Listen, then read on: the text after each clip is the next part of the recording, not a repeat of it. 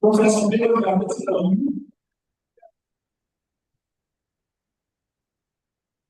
está presente.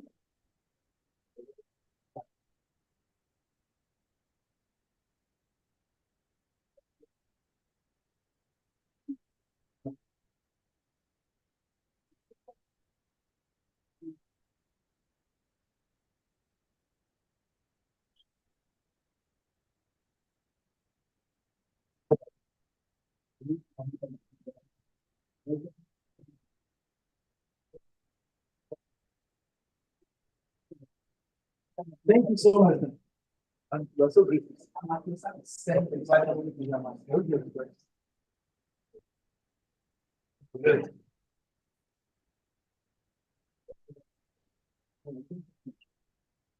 Thank you.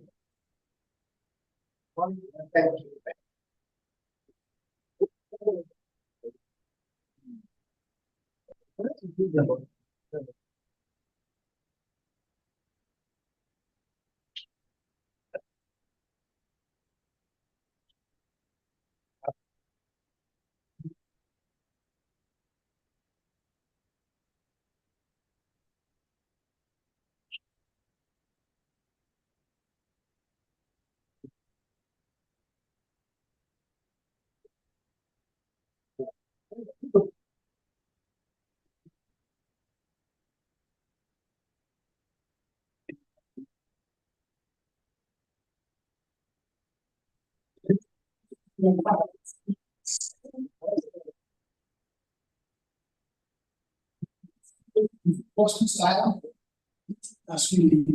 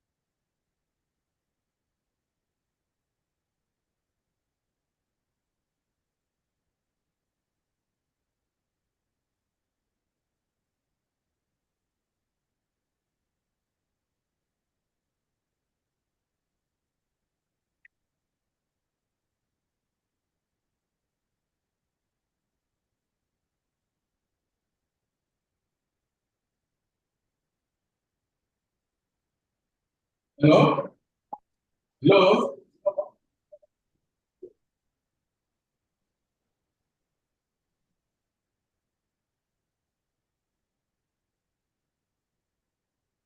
The Vice Chancellor one day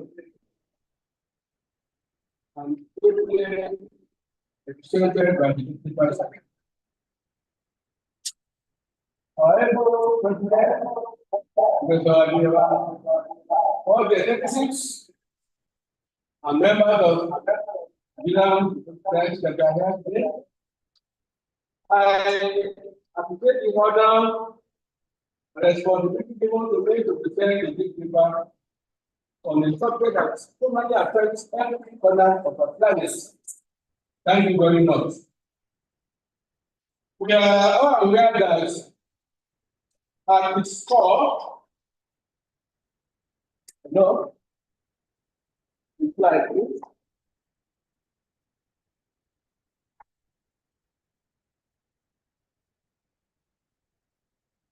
We are all aware that at its core, meteorology is the science of atmosphere that understands weather parameters, predict storms, and track the movement of air masses all over. In addition to data workers, technology lovers, the tools that are critical to the understanding of the climate system, for which the life on Earth depends. There's no doubt that the insights offered by meteorology are not only vital, but also transformative in a quest for sustainable development in the future.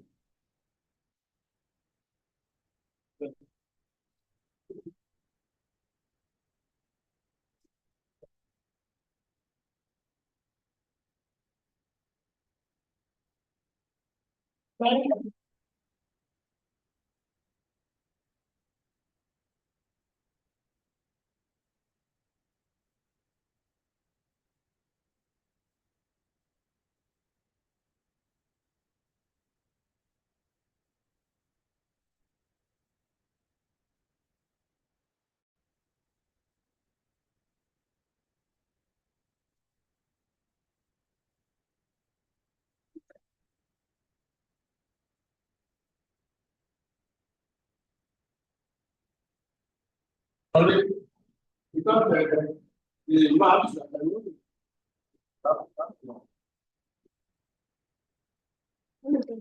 Sorry, did I go with this?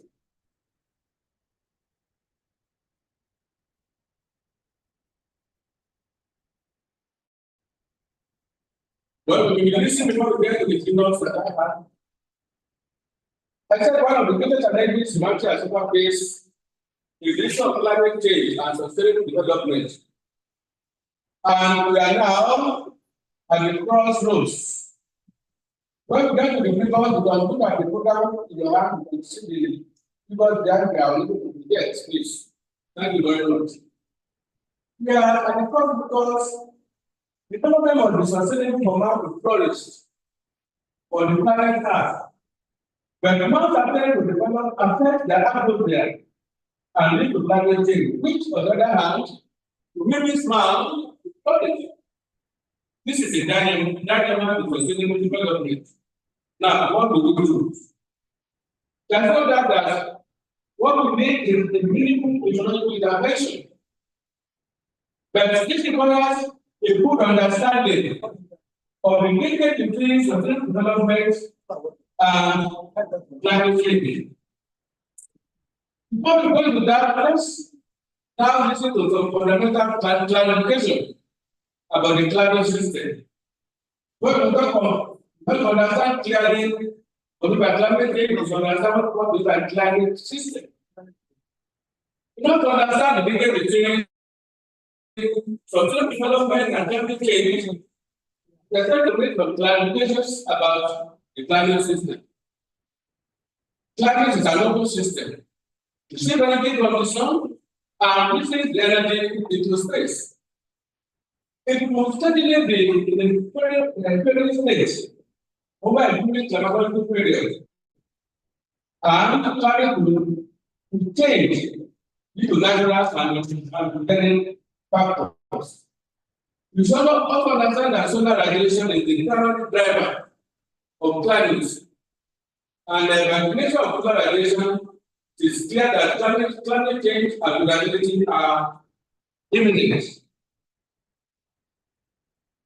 But it is unfortunate that people still confuse climate variation with climate change. And it is due to lack of clear understanding of its interpretation of the characteristics of the driving mechanisms of the climate system. And personally, that solar radiation is the primary and natural driver of the Earth's climate system. It powers weather patterns and atmospheric circulation and ocean currents.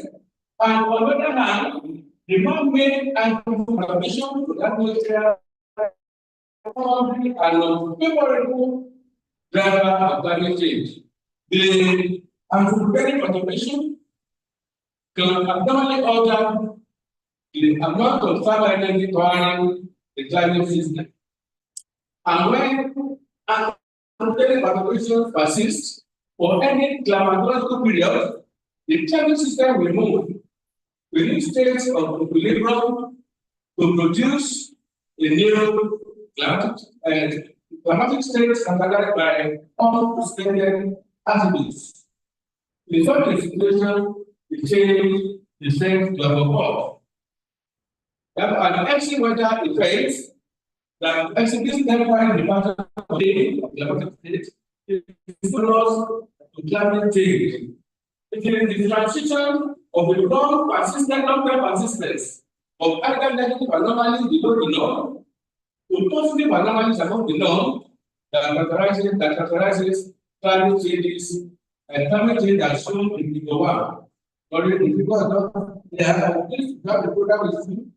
You can open the first figure 1. Figure 1 illustrates the climate variability and change. And in that figure, it shows that climate change and climate variations. There are a total of 3 occasions where climate change has occurred from 1860 to date. But there are many instances of variations in climate. The first occurrence of climate change was in 1938. This was when the persistent negative anomalies and the characteristic climate variation that occurred from prior to 1860 changed into positive anomalies in 1938. The second was in 1945, when the positive anomalies and the characteristic climatic variations that emerged in 1938 changed into negative anomalies in 1945. And finally, the third was in 1980, when the negative anomalies that came up in 1945 changed into positive anomalies in 1980. The change that took place in 1980 persisted until today, and is characterized by unprecedented warming and abnormal weather episodes. The observe that we are 2010 to 2019 appear that the warmest decade ever recorded. We can see that later. From the figure, all those negative anomalies symbolize cold phase, while the positive anomalies warm phase. The ongoing warming trend and one of the serious threats to the sustainability of the global ecosystem. There are the things of ecological hazards, such as hurricane, loss of drought, and so on.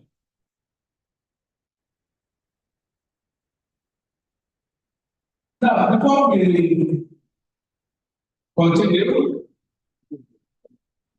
let's look at the relationship between sustainable development and climate change.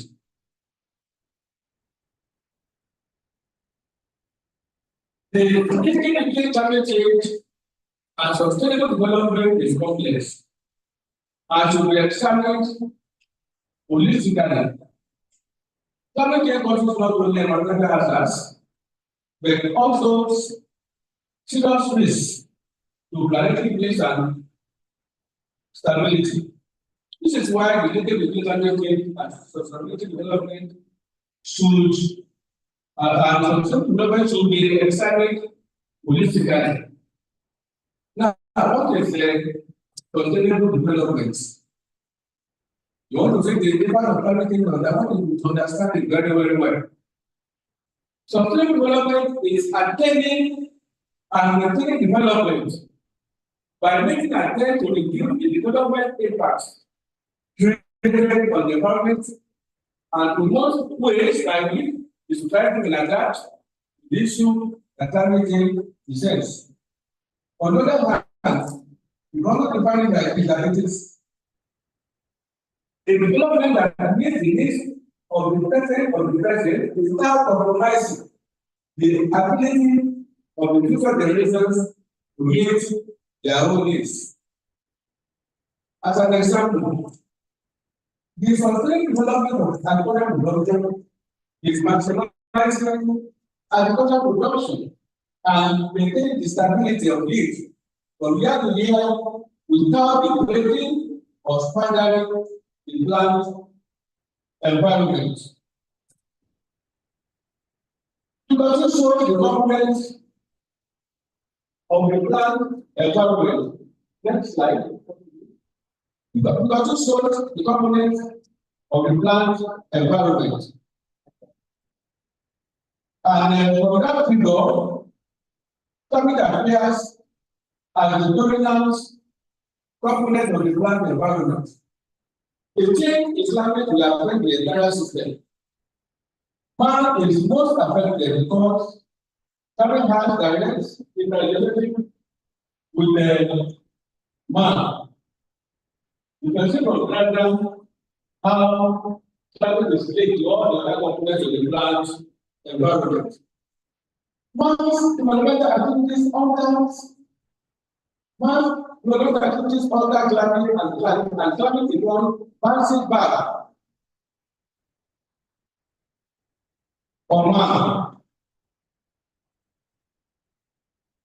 And that is why this has become problematic today. But man was developed. And the end of doing that, the environment changes and bounces back on man, and then they are still struggling for survival. And something was going to continue. I will explain that one later. What are the realities of climate change and sustainable development?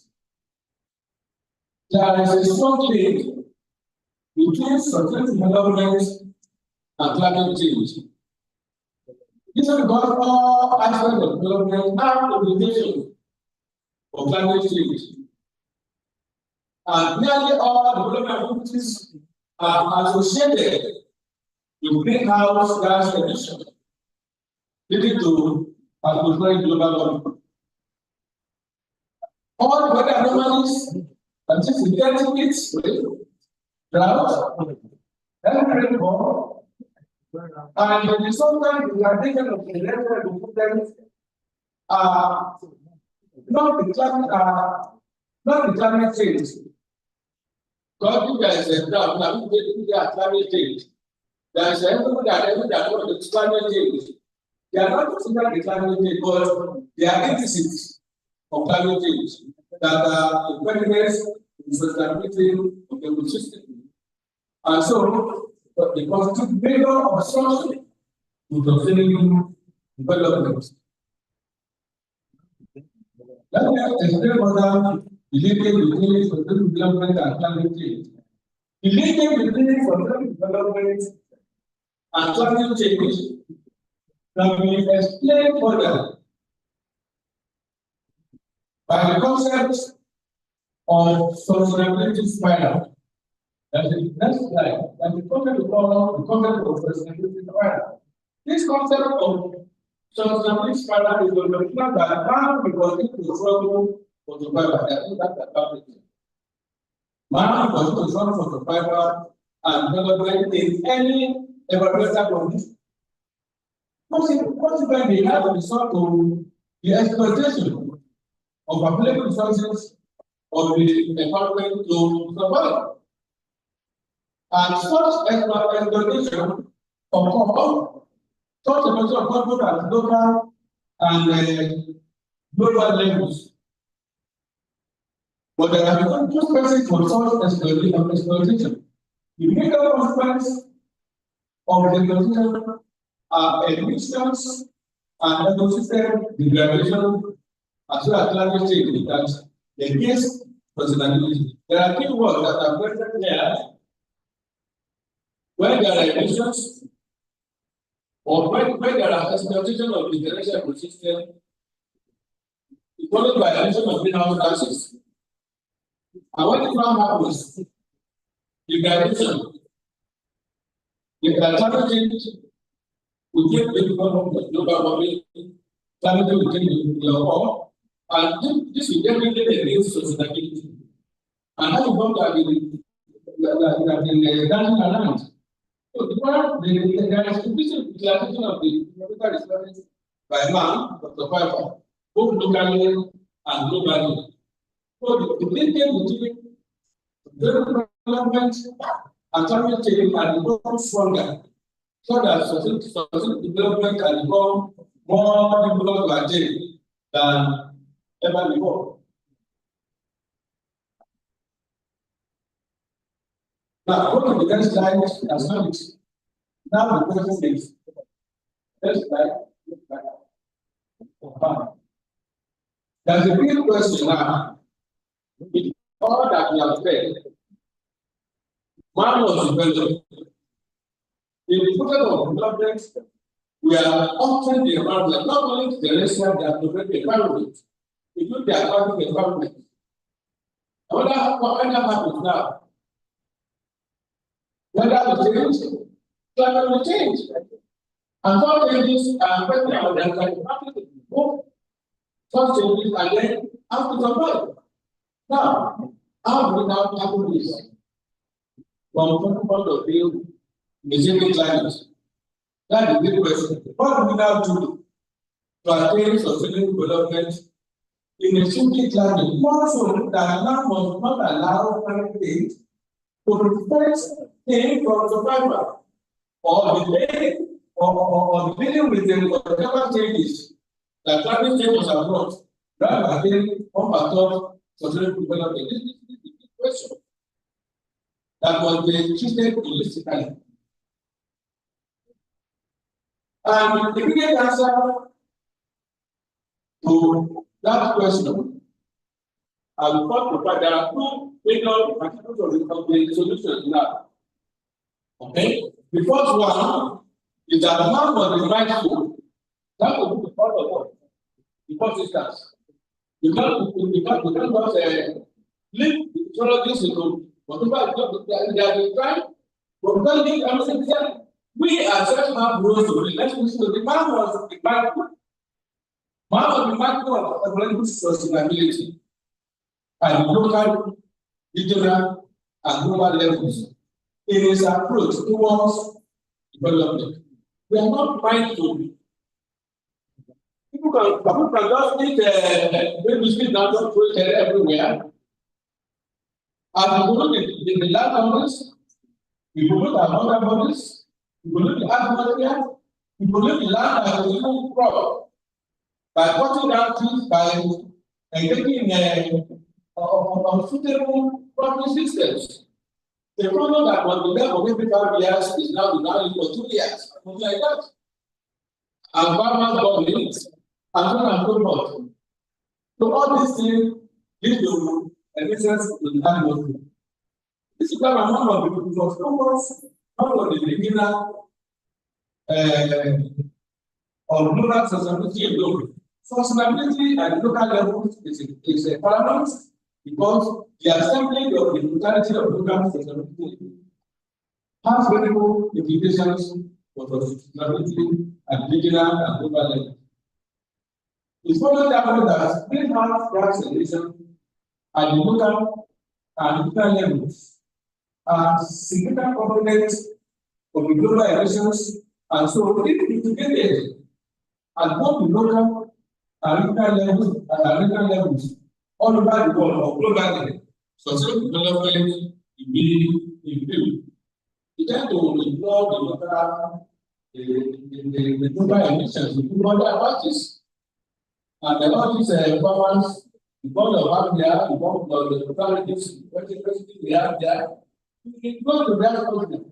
And we started that actually affect the environment.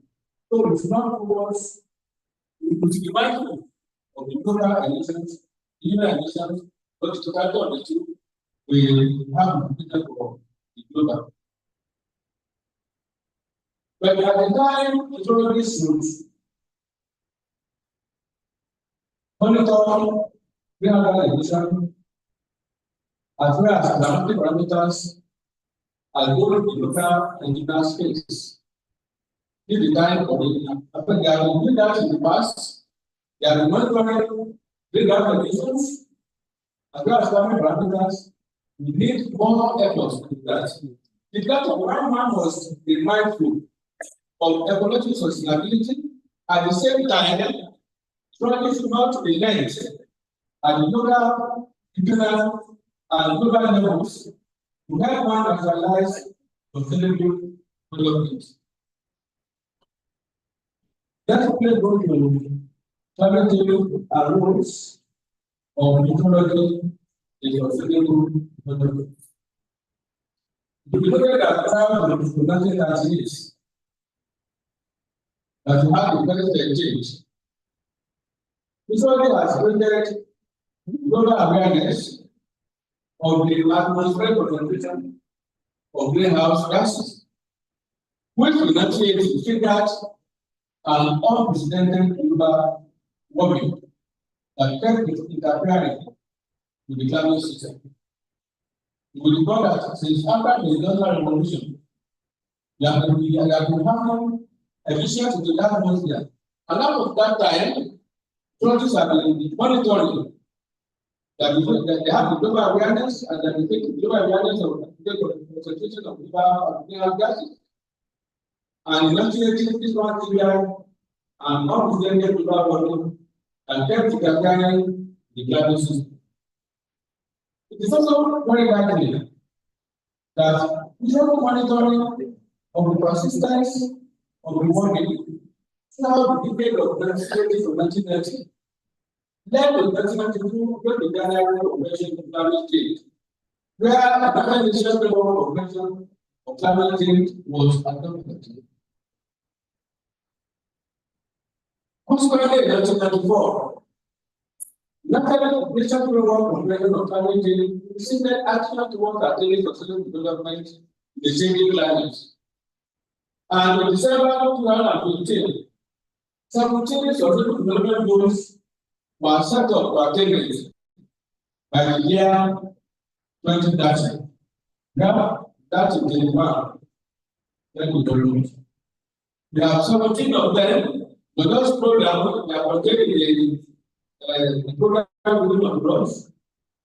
Each of those goals that are always at time, discussing of them one by one.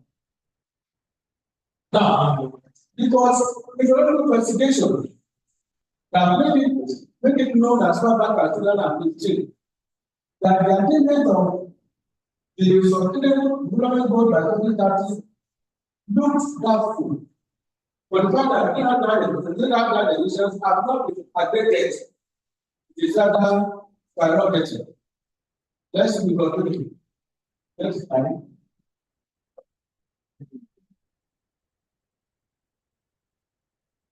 Thank you. We can take the increasing concentration of greenhouse gases in the atmosphere. Carbon dioxide, nitrous oxide, methane, and one of the all of them kept on increasing. It's not surprising. But as I said earlier, now we continue to struggle on the back. But our effort is that we don't stop for the paper in a sustainable way. And we should know that I said earlier, all these things kept on increasing.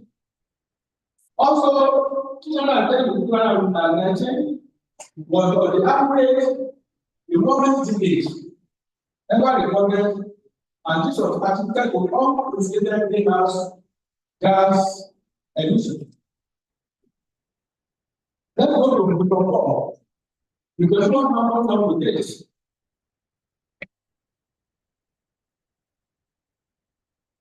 Yeah, I think the definition of global temperature from the north, that was 1902, the 2000 average, from 1880 to 2022. Because the trend is not different from the other one that we showed earlier on. It's just continuous. That's why we say that the linkage between climate change and sustainability is now getting more important because to handle. But by understanding what is going on and following the instructions, then definitely there will be a new way. It is very disturbing that the 2020 by 2020 after the longest decade, over decade ever recorded is 2017 to 2024. That is one decades that was recorded. And it's very clear that the panel level, the level of this place. What are you doing? My work. What's should be this lab. See, I will not organize the lab now. Towards sustainable development. Now, don't look at those people that we have shown earlier on. Confirm that the 2030 goal of the target of 2030 was development agreement. Look very clearly. Look at what is going on now. Look at just the last decade. What is happening? We are talking of development. Not now what we know. That's what we do. Now, regardless the level of politics played in the matter of climate change, there are no policies that are playing it. Now we are talking of climate change. How many of them losing our museum? And the majority they are talking at the political level. So there is a meeting of nation politics, very damaging and never look at it.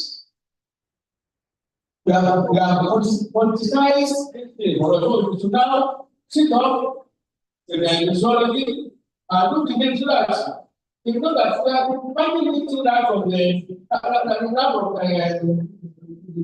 last century. Give information of what is going on. But the class mythologies or mythology have been taken for granted. But they are politicized now. The content level of policies played into this matter. Matter of values, thing that development, which only has significant and meaningful role to play in each of the goals that were put forward to sustain development in the changing climate. Look at the things that we should now goals and put forward in our advice to governments, both at the local government, states, and federal level. The fact is that if somebody decides dealing with the atmosphere and both the weather and climate, and it has capacity to provide accurate information on air pollution, climate reliability, climate change, and other environmental conditions that are all critical to sustainable development. Let's go to another specific rules now of most development. This one plays a key role towards the attainment of food security, as well as water safety, which are critical to sustainable development. For instance, it helps farmers adapt to climate change, providing early warning and risk assessments, which allow farmers to implement practices that are more resilient to climate uncertainty. Examples are planting drought-resistant crops and soil conservation, such as the practice of organic tillage. Through the procurement and analysis of on-field weather data, missionary encourages precision farming so that farmers will mitigate risk, optimize resources, and increase productivity.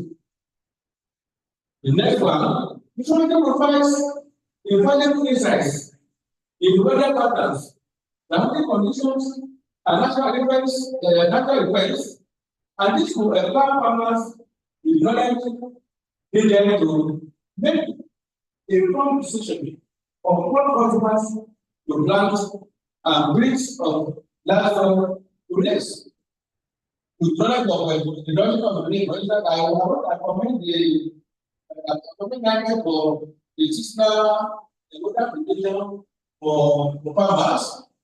That knowledge will help farmers to be able to decide to what customers plant. If they are aware that this year, the length of the season is going to be, let's say, 100 days. Then, this is why we not think of planting crops that will be 120 days from planting to maturity. So, it's what we can give this idea, and guide appropriate update, look for this, look for early maturing varieties crops to plant. And this is a major role, and this is a major effort towards sustainable development. There are useful joint models such as transmission models that will assist farmers to generate their farm operations, including fertilization, to fertilization and fertilize, and pest management, and also to harvest of storage. Such predictive models can help farmers anticipate periods of heavy and low rainfall or droughts, and thereby enable them to generate irrigation and local energy farm operations as appropriate. But that the amount of the rainfall potential pressure model is on the program and the graph. From that graph, we have preparation period where farmers start to prepare land. If they are given information on time, but this changes from year to year, it's going from year to year. The date of onset of rain this year will be of next year. The date of onset. Okay.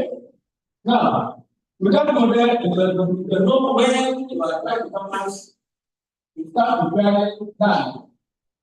Most of the farmers they prepare land at a very long time.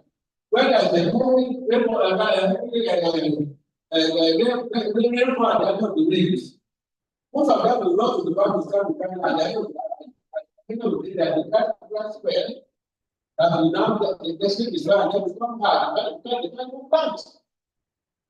And when you want to bank to do such activity, you lose the control flood. You know, we have part of the place in the soil that are physical examination appropriate.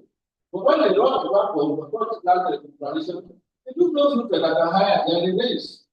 And that is the corner of 25. Maybe then we follow this, give them idea of okay, this is that I'm going to prepare that. This is that for planting. Then I have to come to candidate figure there. I don't have my thoughts that that time, okay, let me move forward. Sorry? This is the preparative period. You don't hear and here. That's the onset of the rain. No farmer to plant before here. The planting will either be on the onset or between there and there. Yes. Thank you very much. I don't have the That is wonderful. Wonderful. This is the first intermediate period that we are talking about.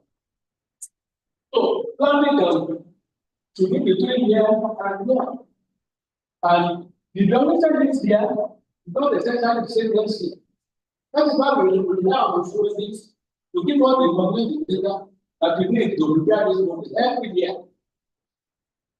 Now, any other from here and another does not where it is, does not where the ends, but there is a certain number of days of that break that is. Then take something into consideration.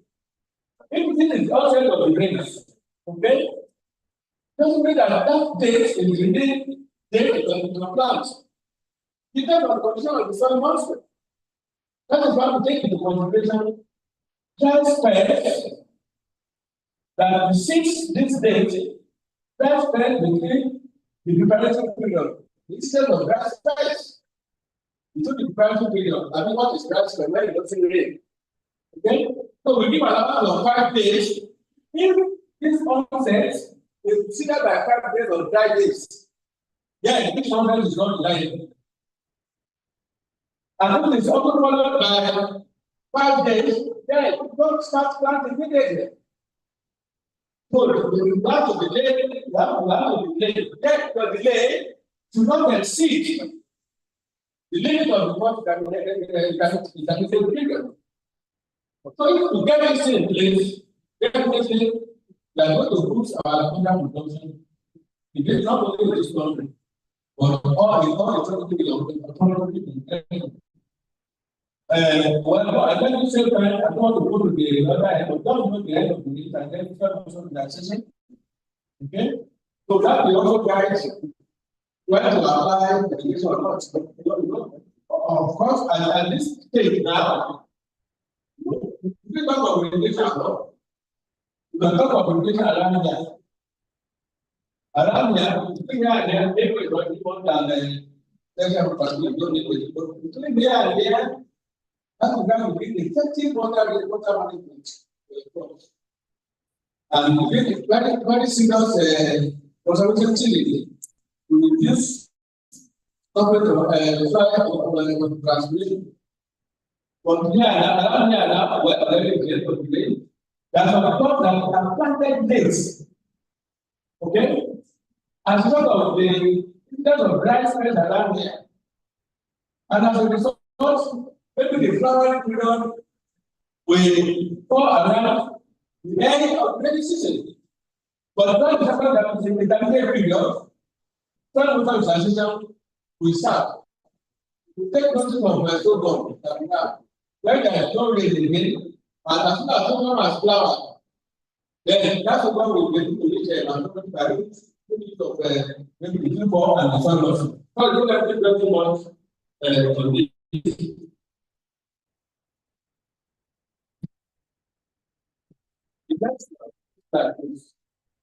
Which one to analysis of temperature fluctuations?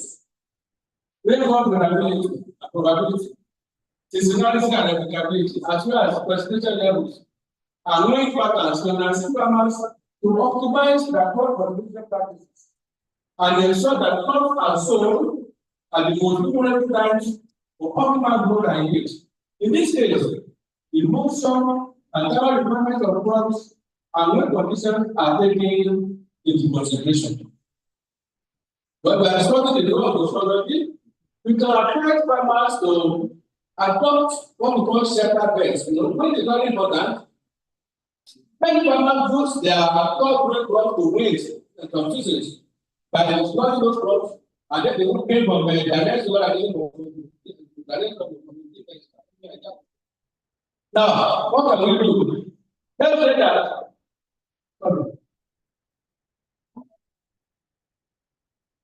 Let's say that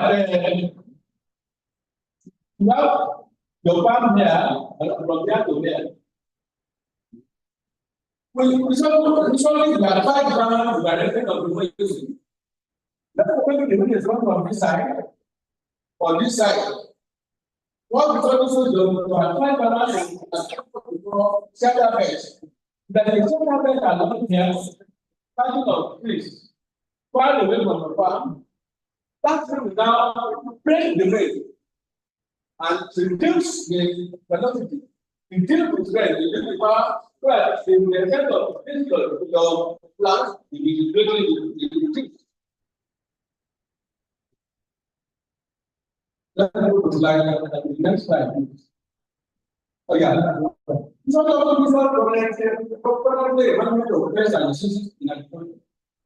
through visual monitoring and forecast of high humidity or level of rainfall that will make people development of pests and diseases, right? Farmers can be guided to take proactive steps to protect their crops and livestock by timely application of pesticides or crop protection or adopt crop protection strategies to minimize the impacts of the pest. By the analysis of rainfall patterns and soil moisture levels, as well as plant moisture requirements, hydrology plays a useful role in optimizing efficient water resource utilization. For instance, farmers can be guided to implement site irrigation strategies to ensure adequate water supply for their crops, at the same time minimize wastage. Hydrology analysis and reach by the integration of geological data and weather forecasting with modern and cultural technologies. The use of weather monitoring sensors, satellite imagery, and predictive modeling can assist farmers to optimize fertilization, fertilizer schedules, crop rotation, and pest management strategies with all imaginable precision. Subsequently, for the data-driven approach, maximizing crop development as well as the sustainability by reducing reliance on chemical inputs and minimize environmental impact. This is very critical to organic agriculture. Generally, meteorology and climatology and their applied fields, such as agricultural meteorology, agricultural climatology, play crucial roles in climate change mitigation and adaptation towards alternative food storage and agriculture. I want to touch on something that is very important there that we should note very well. Next slide. The synergy between meteorology and climatology. Next slide. The synergy between meteorology and climatology, agricultural meteorology and agricultural climatology, hydrology, forestry, general agriculture, soil, plant, animal control, and range, and so on and so forth. Through collaborative research are indispensable tools for modern agricultural and farming systems towards sustainable development. With our government synergy, you have to fight with sustainable development, record of sustainable development. This will not only actualize reliable mitigation and adaptation strategies, but empower farmers to make informed decisions that enhance productivity, profitability, and sustainability. Next slide. Further, farmers can be educated. Farmers can be educated to adopt both locally oriented agriculture and locally oriented agriculture. Both locally and locally oriented agriculture aim at sustainability. I want to talk about oriented agriculture. Globally oriented agriculture is based on checking global environmental degradation and limits total losses.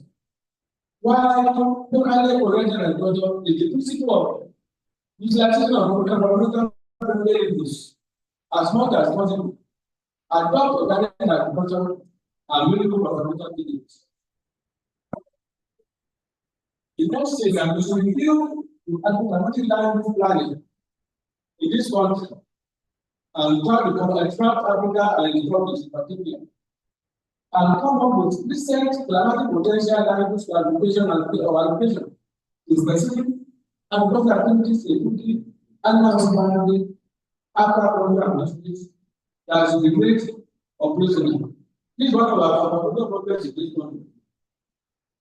I'm very sure which one that asked part that has clarified this country, the federal agricultural fund of this country, into various land use classification systems. The area that can go to water management, area allocated to rice, generally areas allocated to irrigation and roads, but unfortunately, a system totally over-politicized. What's the matter in wetlands? We see now patterns of the patterns around the wetlands. No, I know that the capital of those patterns will lead to that's why creating hard plans whereby the flooding the very important program, and then they even destroy that wetland that people rights of the people. And when you have a farmer, you have rice plants, they devour rice plants and then stay there. Yeah, you have to enforce agricultural land plantation and distribution. And you make land to produce crops and enforce it. And not to say the animals are living. That condition is one around the western land. The same is one around the area where they are located. For maximum happens. This has to be building and big population. Upgrade and increase the number of national observation network stations. Happy our one of us the young agency president of the language that they give that system. We need to increase the level of observation stations. Because of analyze whether observation stations, we don't have the satellite, but it's not enough. But there are different stages of weather monitoring. The micro state, short range, medium range, and then the light range, micro, meso, and synoptic. Sometimes it's programmed to cover a thing that is not this big, then the micro state is not to that opportunity. That is why we will supplement or all these things with the land-based weather observing stations. Already we have so many weather observing stations. People are not going to do the story. They will just want to research the therapy with their statistics around the they still have the old minimum and maximum parameters in their weather stations. They install and they have automatic, and they still have that. You know, automatic can fail at any point in time. There was an official where how many arms built their first in the data observing the center, and then first the between the weather application and the project. They have to resort to the ordinary gadgets that maximum to get on those few things. We should not just sell down and now you digitize and then you ignore the analog completely. You don't do that in developed countries. And if there are people in the UK, where there are 6 hours, the development completely that they have kept. Okay? So let us go for method that we don't throw away things that are useful. That's increase and when they are going to manage, let us increase the historical observing network systems. Okay. After that, completed synergy. Next slide, please. That is the completed synergy. among environmental and agricultural scientists towards innovative technologies and education of farmers. People are talking that they are so many they are not making use of resource information adequately. It's only that they don't make use of it. And this is not happening that something to do. You finally find the people in Arena having the best research with the economy solving. It is not so. They can't operate without the weather and climate. So that should be community scenario among the other and good scientists towards the global education of farmers about how to implement resident farming practices, such as the scheduling, the farming calendar, planting ground seasonal crops, varieties, self-consulting techniques, and diversified farming systems that will withstand dramatic uncertainties. Committed synergy is critical to ensure sustainable food security and residents towards attainment of sustainable development in the face of changing climate. Let me conclude here. In conclusion, I wish to reiterate that a more immediate political research in ecology, climatology, and related environmental sciences for climate change resilience and adaptation has reached a critical stage. Political research body how to start out immediately in the global pursuit of sustainable development in the living planet. This is because climatic cataclysm that started looming around 2008 is now fully manifested globally. And what is climatic cataclysm? According to Campbell 2008, climatic cataclysm experts, and this one is happening at the global level. Okay? The global experts, not only in climate science, geography, and culture, and what I consider about the agreement. But the gathered people, include people in history, political science, foreign and national security, to brainstorm on climate change and sustainable development. And we are doing, we have to begin this. So the government of that look at the profile of a sustainable development goal. It includes that goal is to achieve gender equality and empower all women and men on the list of 2020 agenda. 2030 sustainable development goal. They are not saying that this is not good. It's in the speech, not in the speech. But the issue is that how, to what extent can we should play on that role? To bring about there are a number of activities on that 2030 sustainable development agenda, goal and agenda for 2030 that what role will trust now play to enable to empower women and men and to achieve gender equality and empower all women and men. I don't know. Another case is because let's think of the role we now play in that number 15. This month, thank you very much for listening. Sorry for taking your time. I'm trying to this discussion. I will any kind of question, please. And I want to appeal to Lord, please. I want to remind the community of the grand society for putting this second community. The next one I don't know where I is. That's all I remember to be there. But I remember how it's like. You guys go to bring out, and I started something on global practice that have sustainability. And you want to encourage the alone.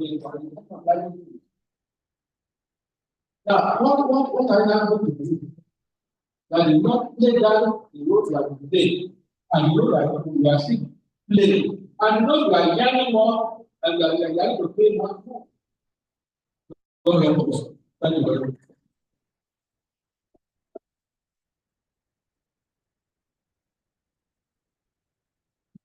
So let's speak for another round. I don't know what's coming in there, but I'm sure the next one now I will use to be intimidated.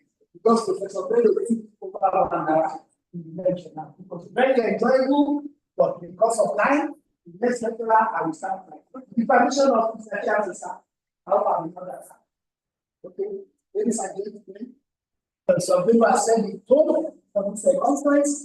We'll go to the second paper presentation by Professor B.O. Ajayi.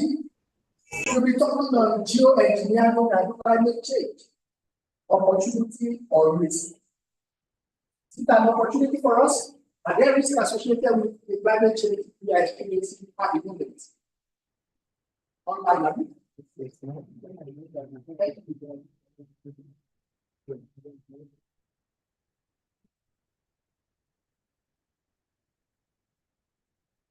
Yeah, good afternoon, ladies and gentlemen. I think you can see my slide.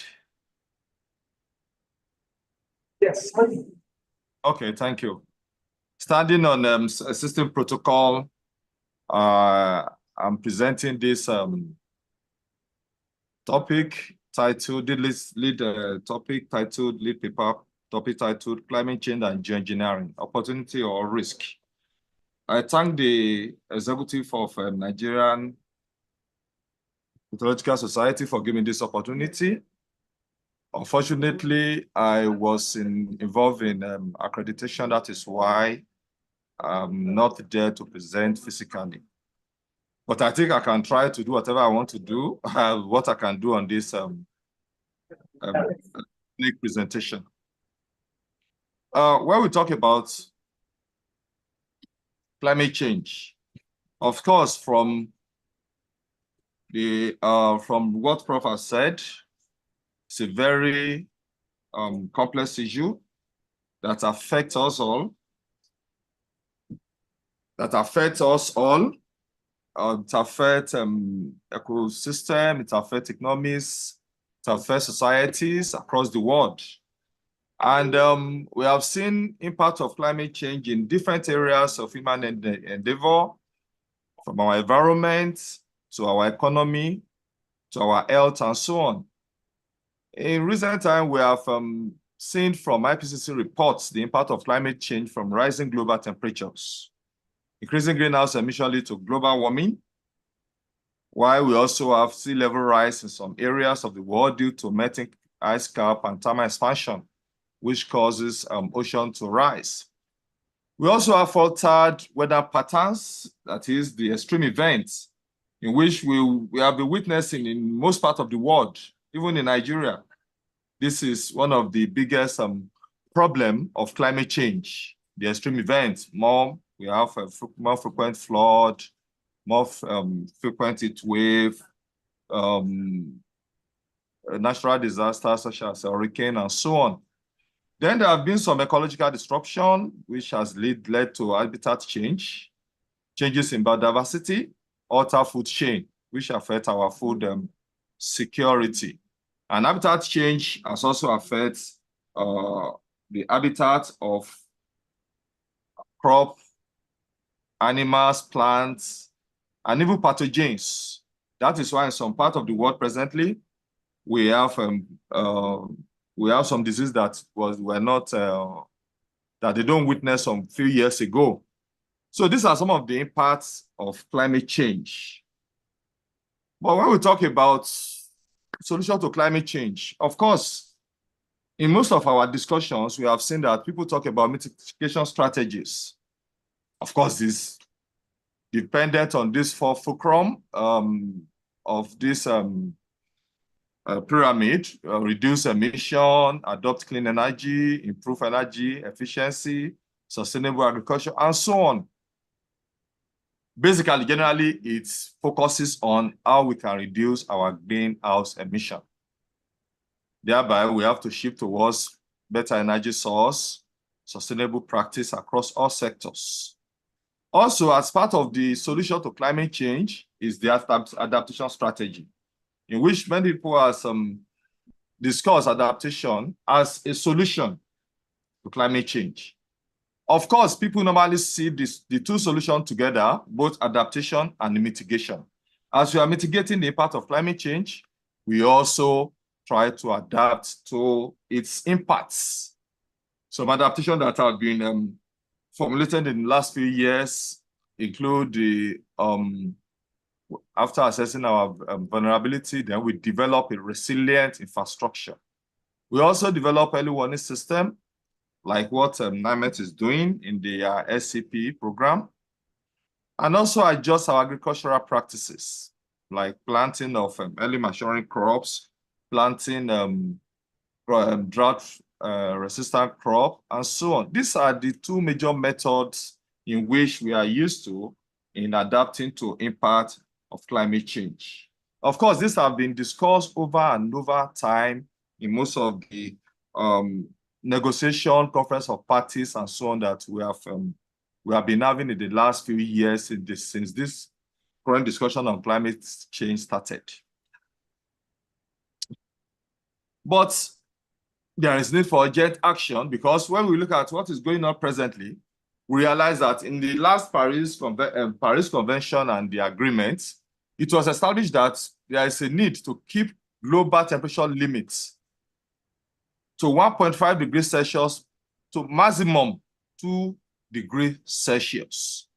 That is, the changes between that period and now to be about 2 degrees above pre-industrial period of early 19th century. Then at the same time, there is this ambitious target in which we should have carbon neutral, net zero targets by year 2070 in order to meet this target of 2 degrees Celsius limit as established in Paris Convention. But as we all know, the issue of Paris Convention has been going through up and downs, through political upheavals. Sometimes in during the first period of President Trump, he took America out of Paris agreements. And now we also have Trump back in the White House. So it's most likely that he might take America out of Paris Convention. We still don't know what is going on. Because of all this, then there's going to be disparity between these targets and the current action. Then, what other option do we have? Well, some people propose that there might be some need for urgent, decisive, immediate climate action at global scale. This now brought about this controversial approach to reduce the impact of climate change. One is the approach is referred to as geoengineering. Geoengineering, which can be divided into two. One of it is what we are used to. It's a common one that we have been talking about. The other one is another controversial but very efficient intervention that some people propose that it can give us a short-term respite on the issue of climate change. The first one, which is carbon dioxide removal, CDR, is a technique to remove climate change from the atmosphere. One of it is afforestation. We already know the impact of afforestation on climate change, that is removal of carbon dioxide from the atmosphere and releasing oxygen into the atmosphere. Then there are some other engineering CDR method that include direct air capture, that is sucking out carbon dioxide directly from the atmosphere. Well, that one has not been in operation, but the one that is clearly in operation that IPCC recognized or recommended or that we have been doing as far as the Kyoto Convention is the afforestation, which is using natural means to remove carbon dioxide from the atmosphere. But people believe that this might take a while because the amount of carbon dioxide that can be removed from the atmosphere, especially from afforestation, might take a while, and thereby is not I can say not a practical solution for now for reduced climate change impact. Then there's the other controversial geoengineering approach is using the solar radiation management, SRM. This method is to reflect sunlight back into space. One of it is stratospheric aerosol injection and the marine cloud brightening. In this paper, in this talk, we are looking at what are the pros and cons of this solar radiation management. Of course, the pro is that it's going to give us early respite within a year or two. The impact of climate change can be reduced, especially in area of warming. But what are the other attendant consequences? Because when you tamper with climate will respond. That is what this talk is all about. But before we go on, let's generally look at the solar radiation management. Solar radiation management focuses on increasing albedo to reduce solar radiation absorption by reflecting more sunlight back into space. Thereby, it aims to offset the warming effect of greenhouse gases and stabilize global temperatures. In most cases, we have three major ones that has been proposed. The first one is stratospheric aerosol injection, which is SAI, in which I will talk more about SAI in this talk. There's also space-based reflectors. This is deploying sun shield or dust cloud in space to reflect sunlight away from Earth's surface. Then another method is marine cloud brightening, in which is just to change the albedo of marine cloud. That is, for instance, salt particles to enhance reflectivity of marine clouds. But what are the potential benefits of SRM? It offers potential for rapid climate stabilization. Rapid, within a year to maximum 3, by significantly reducing solar radiation absorbed by the Earth. SRM can lower global temperature within a short time frame, often within months to a few years of implementation. Of course, it has rapid response, which can lower global temperature within months to a few years. It can be used as climate emergency tools, useful for addressing climate change and reducing dangerous tipping points. Of course, presently now we are getting towards tipping points, and climate SRM can be used to reduce these tipping points. Then it can also be used for global cooling. That's potential to offset warming effect of greenhouse gases. Now, how do we now get the idea of this geoengineering, especially SAI? Sometimes in 1970, people have started talking about how can we use geoengineering to counter the impact of climate change. In 1977, Mikhail Budiko, a Russian, proposed in one of his books, Climate Changes, that it is possible to release about 20,000 tons of SO2 into the stratosphere to reduce the impact of climate change that occurred between 1920s and 1970s. And it was a proposal given by Mikhail Budiko. But this was now reinforced when Mount Pinatubo erupted. Mount Pinatubo is in Philippines. It erupted in 1991 and released a lot of SO2 into the atmosphere. and it's actually cooled the Earth by 0.6 degrees Celsius for about 16 months. And when we look at this graph, we can see the impact of Mount Pinatubo since its eruption. The maximum cooling was observed around mid-1992, and then thereafter, the warming started again. But actually, what we can see now is that Mount Pinatubo cooled the Earth system by about 0.6 degrees Celsius for 15 months. So thereby giving the idea to some people to now look at it that, look, if we release this SO2 into the atmosphere, can we reduce the impact of climate change, at least at a short term? Now, people are now looking at, okay, if we do it, what is going to happen? So we now look at these 6 numbers, 35, 33, 1.2, 2.7, 2.3, and 1.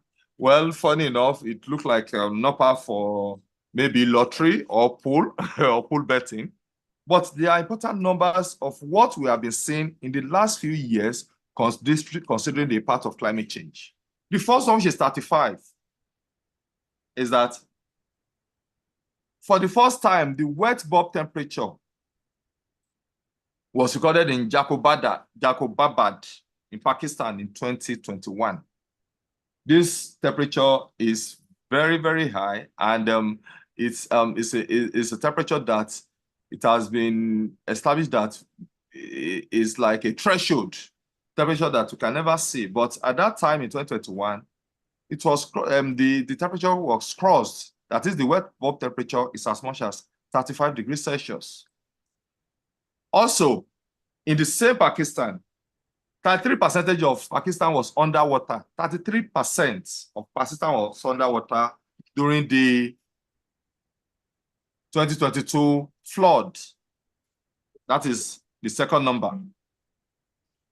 The third number is 1.2 degrees Celsius, which shows that temperature increases, the temperature increases since the start of industrial age. That's the global temperature. We do the start of industrial age, and now we have 1.2 degrees Celsius warming. Of course, this was taken in 2022. And what's our target for Paris Agreement? 1.5 degrees Celsius.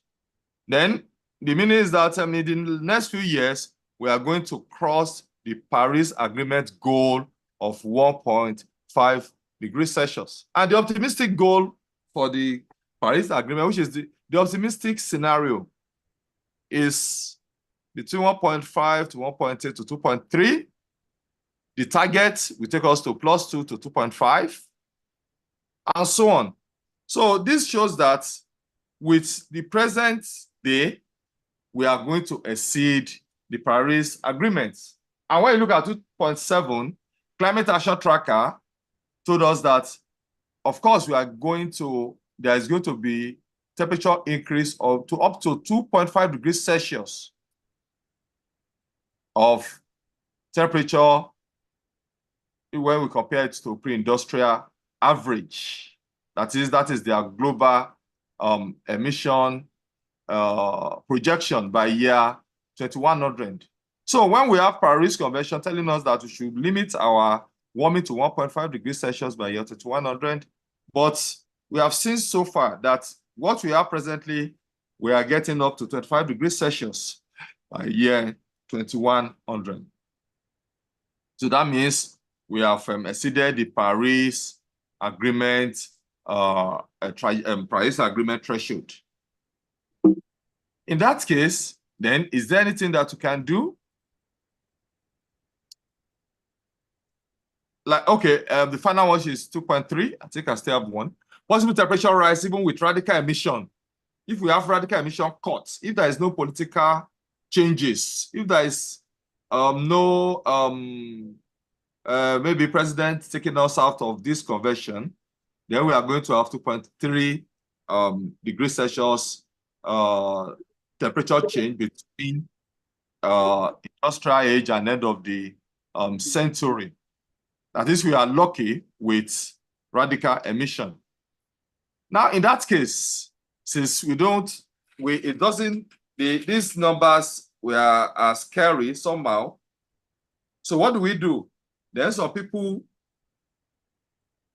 set of people were of the opinion that we can deploy solar radiation management, in which UNEP in 2023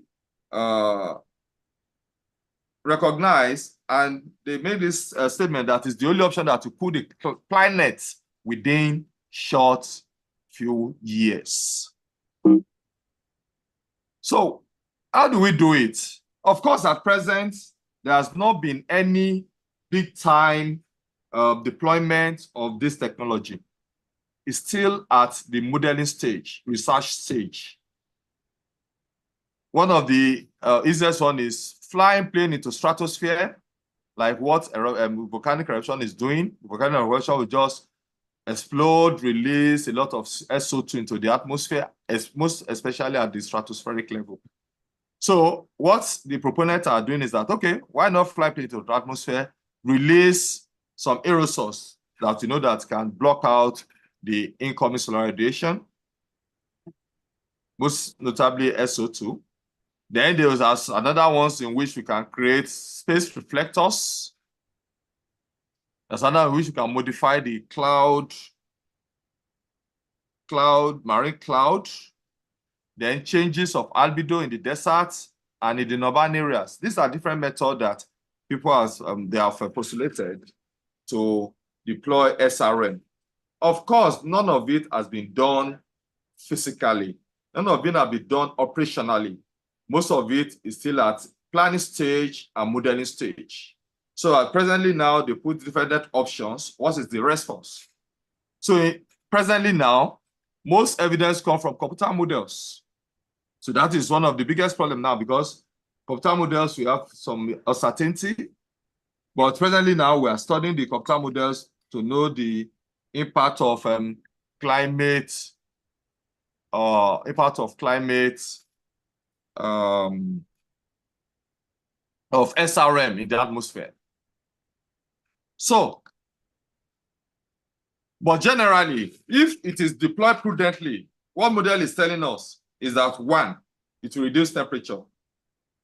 2, it will reduce disruption to rainfall in some places, as we get to see later. 3, it will slow the rate of sea level rise. Then it will reduce the intense tropical storms. Then we're expected to have fewer heat waves. This is one of the model results from Mark Martins in 2018, Mark Martins et al., which shows that, okay, with geoengineering, the global total change between 2091 to 2110 relative to pre-industrial age is 2.7 degrees Celsius. While with geoengineering deployed, is going to be about 1.5 degrees Celsius. While that of rainfall is about 5.1 degrees Celsius with no geoengineering deployed, but with geoengineering about 5.1%, and with geoengineering just 2% changes in rainfall. Most of it towards positive change. The effectiveness generally, in summary, globally, shows that Kravis has shown that reducing incoming solar radiation by getting SAI, by injecting aerosol into the atmosphere, can offset the global average surface temperature. While Avin et al. Concluded that the deployment can lead to about reduction of 0.6 degrees Celsius in the global temperature.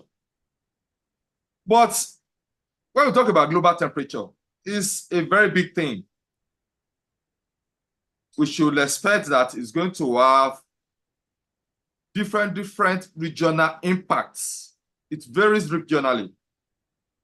Again, as Solomon in 2009 shows that even SRM reduced global temperature, the impact of precipitation and other hydrological parameters, which is very important to some regions, can vary from region to region.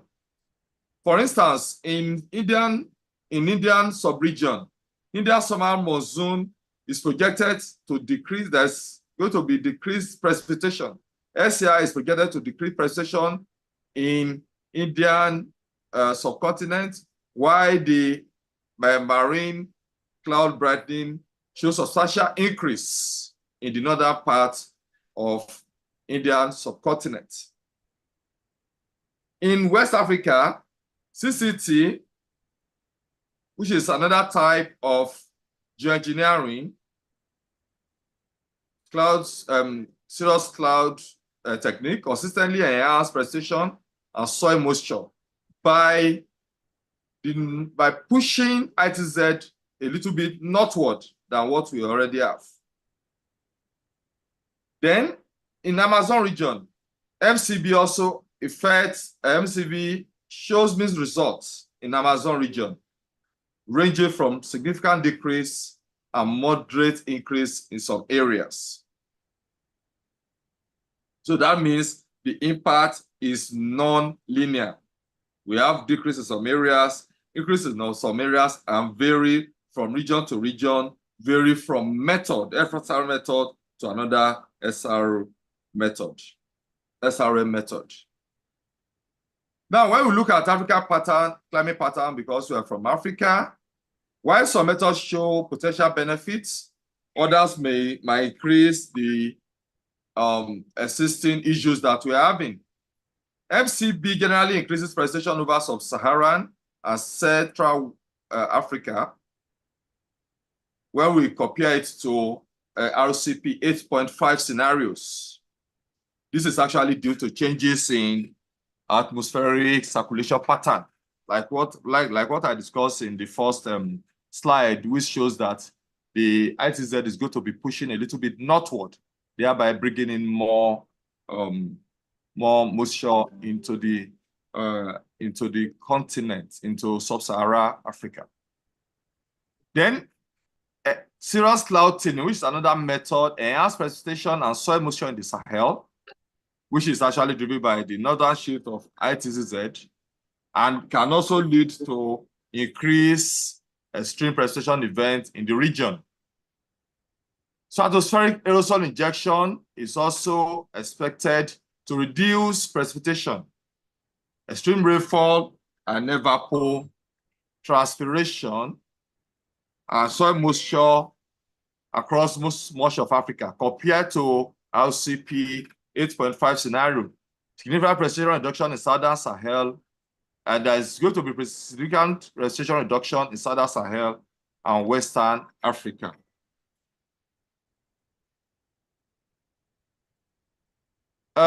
Please, I beg your indulgence for 1 minute. Our visitors that are conducting our accreditation are calling. I just want to tell them that they should give me 1-2 minutes. Thank you. Please, Prof, I'm in middle of presentation. I'll call back.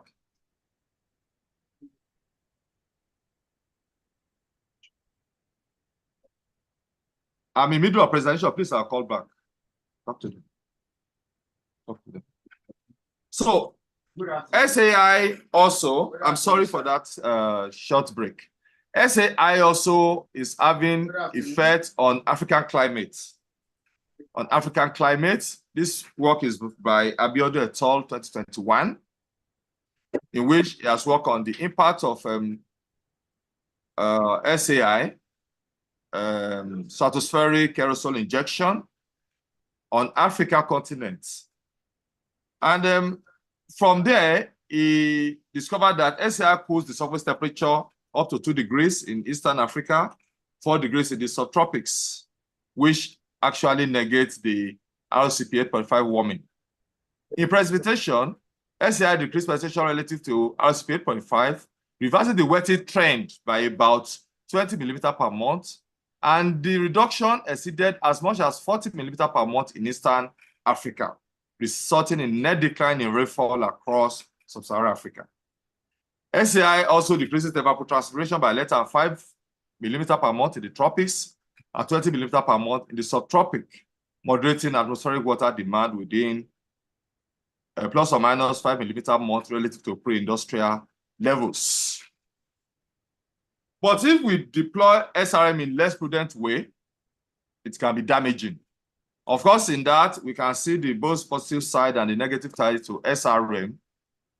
But even if it's not done properly, it can reduce in precipitation, because if it overcools the planet, precipitation is expected to be reduced.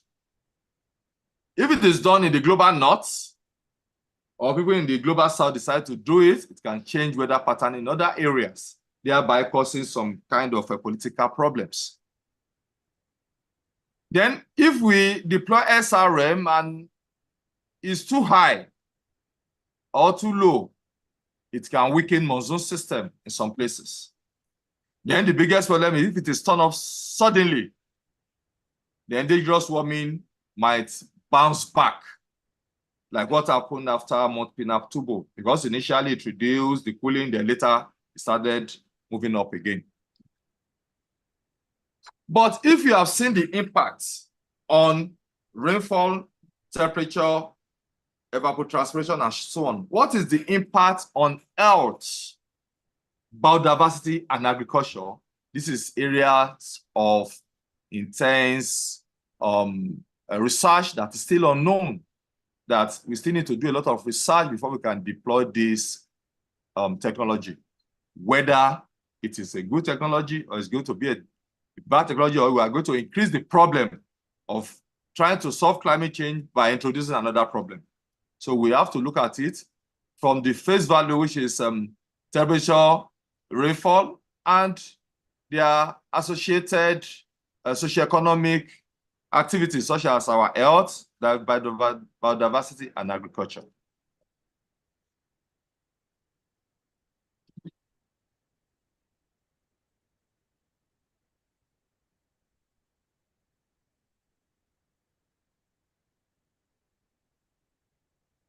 Can you hear me? Yes, yeah, we can hear you. Yes, I'm having a problem with the slide. Just give me a few minutes to put it on.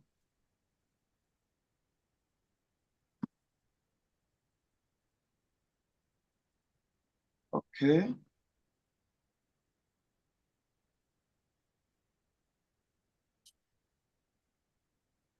So let me log in on another machine. This one has hanged.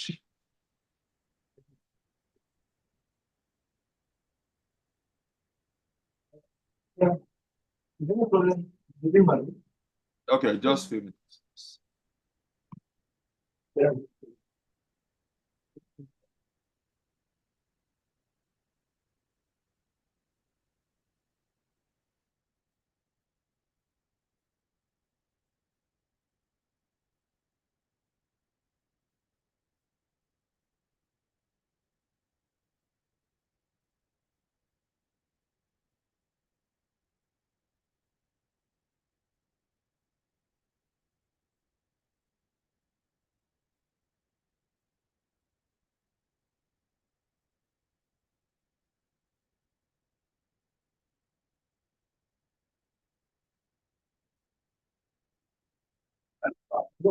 What's happening? Anything's okay. We can hear you. Yeah, my sister match. So I'm trying to log in on that. Oh, so sorry about that. What you are doing, you are to have people on down. Okay. Yeah, that's just now. Okay, that's just it. All right, no problem. Yeah, it's just the academic book are calling me, so I want to. Oh, people are there. Which is funny, you are not there. Okay. I'm not very sick. All right. I'm okay. Thank you.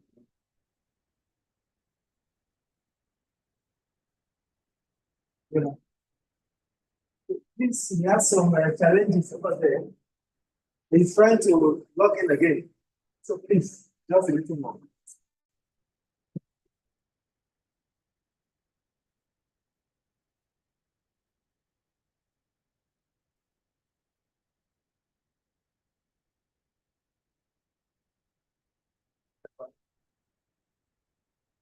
Just have some challenges. Yeah, he will finish when you come back. He's coming back. It's just the system just he can't be on that system. They come on.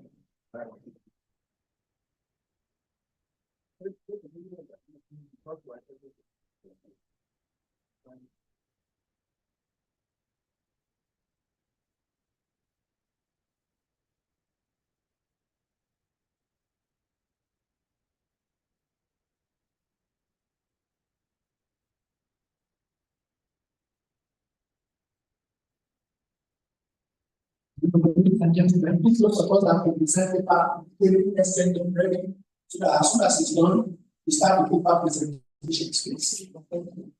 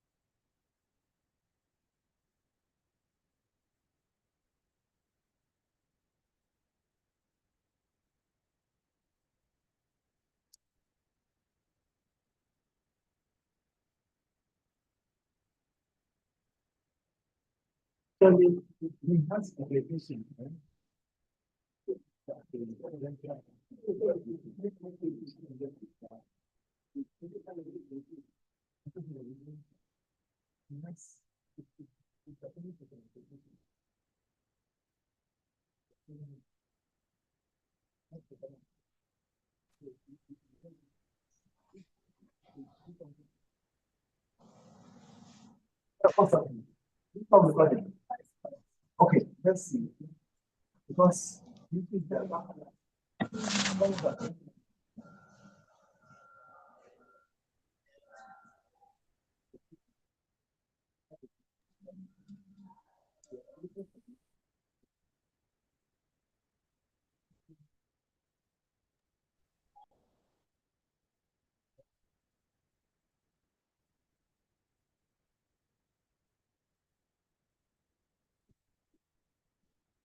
ready.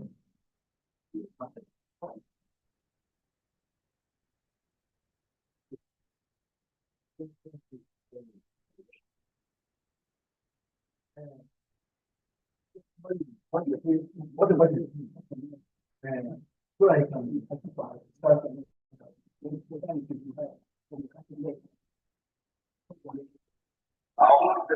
almost there. Okay. Almost. You are almost there. All right. So like how many minutes? 2 minutes. 2 minutes. Who are going to do something? We want you to go for that exam. No, I will not get it now. Okay. All right.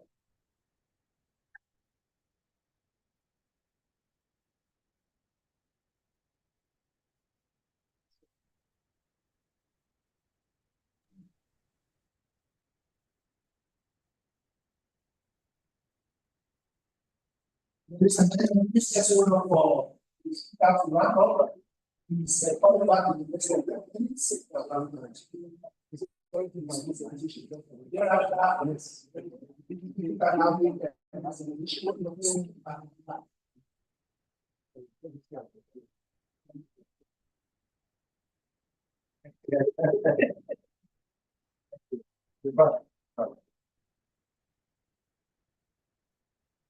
Okay, thank you. I'm sorry that is problem of technology in this part of the world. So,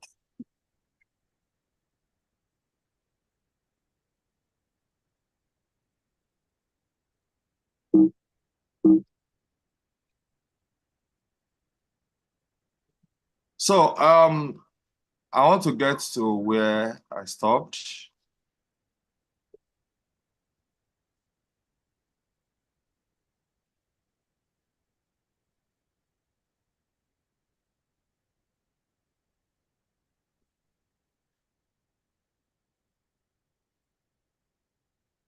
So what are the controversies? The controversies include One, geoengineering has raised firestorm of debates in which many opponents opine that it diverts attention from critical mitigation and adaptation efforts. Some felt that people will be forced or lulled into false sense of security, which there is no actual resolution of climate change causes. Other critics are saying that it's going to cause unintended side effects. For instance, Rubok 2008 highlighted serious geoengineering risk from more frequent droughts, monsoon disruption, ozone depletion, and crop damage, which can come from reduced sunlight. If geoengineering were used, model predicted there's a model prediction which says rainfall can be reduced in some places, which can disrupt agricultural system. It's also fraught with ethical dimensions. And it can also be an excuse for people in industrial countries to continue to reduce their costs, continue polluting under the cover of quick technological fixes. These are some of the reasons in which people believe geoengineering is not a very good idea for climate solution, as a climate solution. Now, the risk and limitation include termination shock, rapid and severe climate changes, because if it is discontinued without reducing greenhouse gases, I'll not go to reduction of greenhouse gases, and there can be rapid and severe climate change if you discontinue it. Then uneven regional impact, which we are seeing the other time, then ecological consequences. Now, the politics, who decide what, how does it, who deploy it, where does it, how did they deploy it? If it is beneficial to, let's say, China, but it's not affecting people in India, how political are they going to solve that? Then it's going to lead to a whole lot of political and international and diplomatic problems. So the 5 main message from this is that one is not an alternative to mitigation and adaptation. It is just an only way to quickly solve and reverse risk of global temperature. Then the modeling has shown that moderate use can reduce climate risk in some areas, while when it is not used prudently can lead to damaging impacts. The evidence is limited and there are large uncertainty that has not been fully quantified. Then there is need for extensive modeling and research before any deployment can be done. Then social and political dimension, like a diplomatic impact, can be trickier, even much more than the physical deployment. In conclusion, it is both an opportunity and a peril in that it is an innovative or yet controversial approach to battle climate change. CDR does to address the root cause, why SRM only offer quick, inexpensive solution. It also raises ethical and governance concern on intended risk and potential abuse. Then geoengineering, if properly deployed, can support but not replace mitigation and adaptation, which require long-term collaboration to protect ecological and social integrities. Special thanks to DMF for supporting visibility of using geoengineering in the Global South. Thank you very much, and I'm very sorry for the mix-up. Thank you.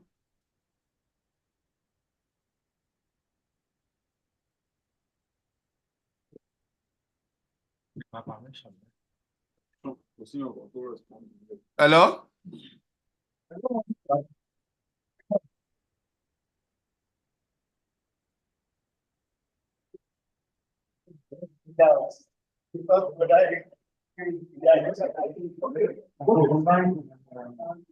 Hello?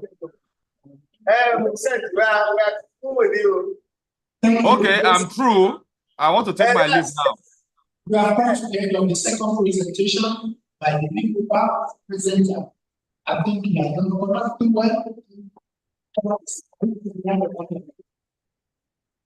Now it's time to ask questions before we go to the presentation. Yeah. Yeah. Mr. Chairman, sir. Mr. Chairman, sir. I think I'm going somewhere now. I will be joining you later today. If there's any question, I'm ready to answer. Okay. I'll join you later today. Thank you very much. Okay, thank you. Yes. Representative of NMetS. Yes, any question? Oh, yeah. Other questions? Yes, come on, please.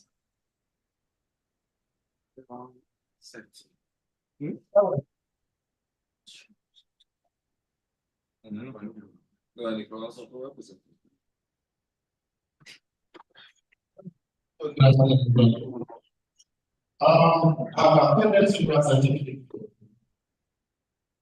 I want things that was going to do important. Scientists not talking together, everybody working in cycles. The big paper presenter, the first paper, so fellow with the data in the house.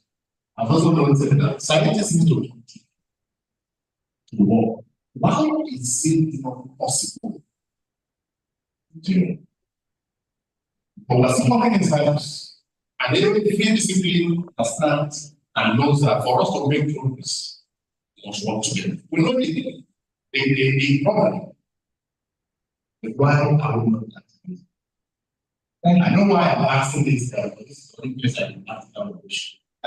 Because I have to be, very senior in the house. Yes. Other questions? Yes. Please kindly introduce yourself. Are we taking questions from Vincent? Because Two of them together. sorry, President, they are calling me for the exit. Exactly. That's everyone asks. So you can go. Maybe when he comes tomorrow, I think it's coming today. It's coming today. Yes. And he said that whenever it's around, people can ask him questions. So I can go. It's already off. It's already off. It's already off. Yes, it's off already. Let me go. I'm asking from the first my question is somewhat last. My question is about transferring the framework model, strategy development model that we are giving for farmers. Transferring it into a language that the farmers understand. I understand that to do this, the collaboration with collaborative communication and others. This is the situation all society discovered and solution for in Africa and especially. So I'm wondering has there been any approach or any effort to transfer this? So I think because not people much of this financial government to transfer this framework into a language that a ordinary family in a village will understand. Thank you. Thank you. Any other question? Yes. Professor Kongu is asking. When Professor Bello was presenting, he made a clearly the role of technology in self-development. Right. Now we have these issues that development continues to go on, problems continue to be created on the environment. But why are governments not engaging meteorologists and other scientists in solving this? I give this example. In 2000, 24 years ago, I was in a lab in Germany, from Sokotim's lab, was a micrometeorologist. At the time we were there, the country that have boundary with Austria, their main state of the economy is coal. And so as they mine their coal, they pollute the air in not only their country, but in Germany. Germany was more concerned about the citizens. So they had to get into an agreement that if you limit the threshold of your production from coal to this level, which means you have to reduce by will pay you this much. Now, how do they ensure that threshold? They engaged labs in Germany. Also, Tokens Lab was one of them to monitor the carbon loading that was set. And that just recently they had some 29. Talk about nations on how they will limit their emissions. Who is measuring it? Who is telling Nigeria that your emission is exceeding your national agreed contribution of the climate? Nobody.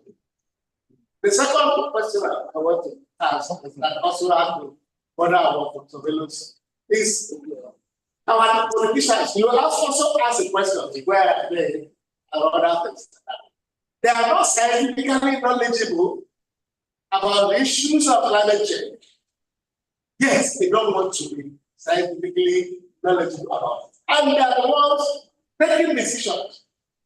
There's one video I used to teach my students when I teach politics of climate change.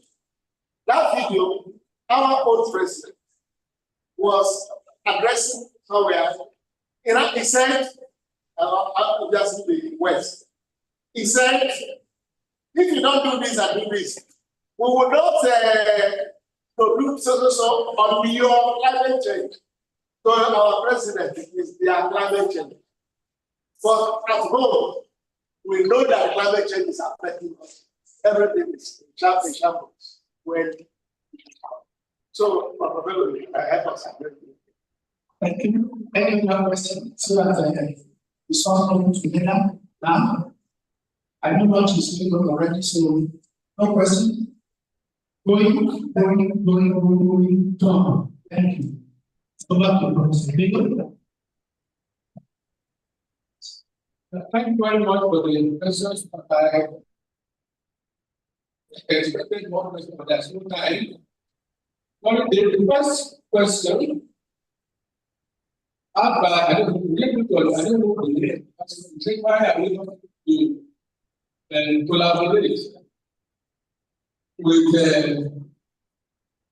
farmers? What can we now do? Well, what we need is we need to replace. Okay, not collaborate with other farmers. Why not to collaborate in Nigeria? It's very unfortunate, and it's something we experience. Those in agriculture, those in animal science, and crop science, don't see them collaborate. Why is that happening? I think the only thing is that we don't have enough incentive. Not enough encouragement from government. Enough encouragement that there is a funding as much as possible. That will encourage collaboration. And when I write a proposal, and that proposal covers more than my feet, and there is no funding, definitely others will be engaged. Don't be research.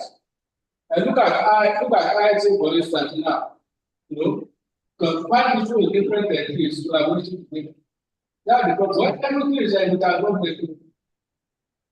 Yes, with our government. If we are not there, we find it difficult to now have foreign support from other countries. Because they know that we have the resources here. So let those people, as I said, as we are here now, let's make them start first by collaborating among ourselves. And then we take government now, to make the government will now assist us to encourage other collaboration. The second question is education. Sorry, Prof. On that collaboration, on the collaboration, especially for the private yeah.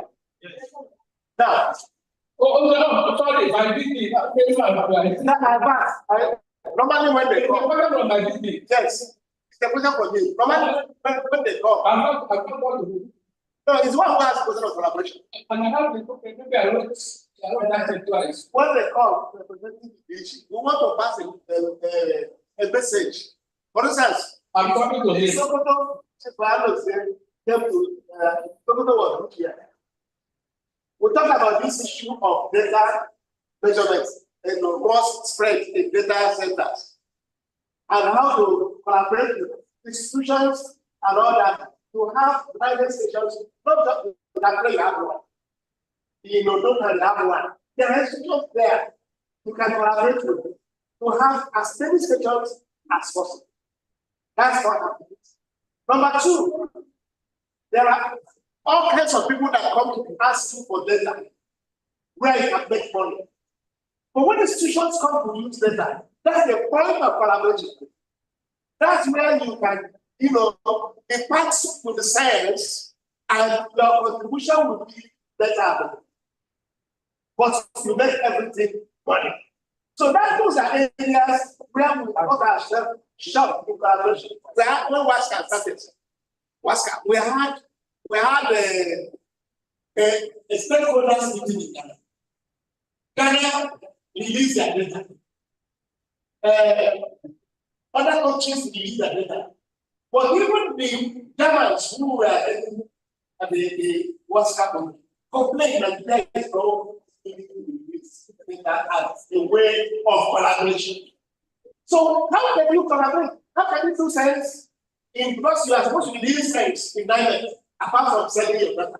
So that's one of the things I think when you have please let the DG and all that people know that your data is not just about selling them. And this year understanding of that is we were working together. Before I could get data for what's it? Sweets. I came to Abuja and waited for the DG. They don't allow me to see me. He left. So that's one thing we want to help us to stress. Thank you very much. I think I don't think no, maybe you want to respond to the because it's a private question. You want to respond? Okay.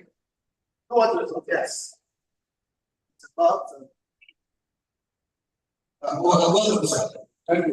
I'm a retired NMetS and a research scientist there. Yeah. And currently with the African Education and Aerospace. And over the years of being in NMetS, we have grown from being just an observer to a researcher. The problem that most researchers all over Nigeria is about the fact that your research in terms of observation, what you want to have in observation, precipitation, rainfall, temperature, should not always be solely dependent on what NMetS can provide. In this world today, you have all over you within the belt of the internet several aspects of data that you can use. So now, what they say is that you need the ground truth, you need the ground truth. Now, the ground truth, if you are involved in your computational experiences, is that sometimes you do not even need the value. Because you always want to say, if rain is high, it must be a particular value and above, which you do not actually need. So our problem is that we are still we are still in the era, the ancient era of depending on the quantitative of actually they fall from one point that is staggered, that you do not really need when you want to have a comprehensive. I am not saying that NMetS is protecting its own rules and that sustain it in its money, and they might not now understand that the data is for science and development. But would you say that because the land want to get money from you, then your research will stop or your collaboration will stop? We have other alternatives, thousands of them, that we can use and better. People have published papers and meaningful research on precipitation over Africa, over West Africa, without using these rain gauges and all because the satellite that we are also using integrate this rain gauge. Because mind you, all these data that you are looking for are being sent to www for every time PGTS into one hub that the satellite integrated system, whether field, transfer, GPM, uses, and they are far more robust. So I am just putting this as information to many of our colleagues who are still reading here from NMetS. So I'm sorry to stop. Thank you very much. Please, to follow up question and ask questions. Those of us will have a chance of them so that we can get the product. You are presenting today this to people to secretary of the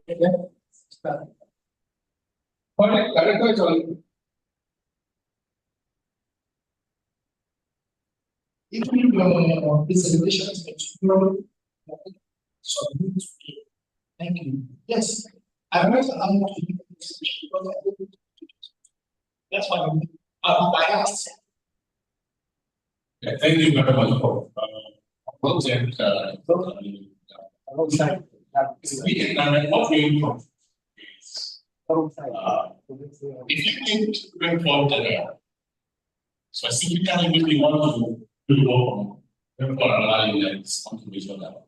We prefer to give you the product, we'll do the analysis for you and give you instead of the raw data. If you want to look at prediction, for example, when we want to do a trend analysis of a particular rainfall of a particular, we give you trend analysis. Give you the analysis and give you. And that is better for us. And so we look at so that others will know. So we give you the product. Yes, we give you the product. So what I'm talking about is very broad, not just NMetS and researchers. Researchers have found the conclusion that for us to make progress, work together. Why are we not working together? People are still working in silence. And for you to apply many programs, you must work as a team. So that is the question. Thank you very much. Well, we're not able to solve this discussion here. And any contribution to that? Contribution to have a collaboration. My name is Phil. The analysis is free for researchers. It's free and to assess NMetS is a problem. No, it's not a problem. Have a website. This is here now. Yes, here. No, it's not a problem. It's not a problem. We have our website. Okay, our website is supply. Just tell us what you want to do. The problem is that everyone wants our data. It's a problem. Wait, let me. Everyone wants our data. Everybody. If you do application, 10 applications, they need. Everybody wants to run it. And once you give out that data, you give it to other people. My campaign was put out of 1 million. I'm not about that. In fact, I give it to you, nobody comes to learn it again. You can begin to sell it to everybody. So we are protecting what we have. That is it. Let's look at it. We are protecting it. If we will give it to you, you are direct. Nobody comes to direct for anything. And you make so much money from it, that becomes the direct. That is what we do. So instead of give you, we ask you, what do you want to do with the data? Therefore, you do the analysis and present to you. We have showing all that you want. For us, that is better. even for our stakeholders.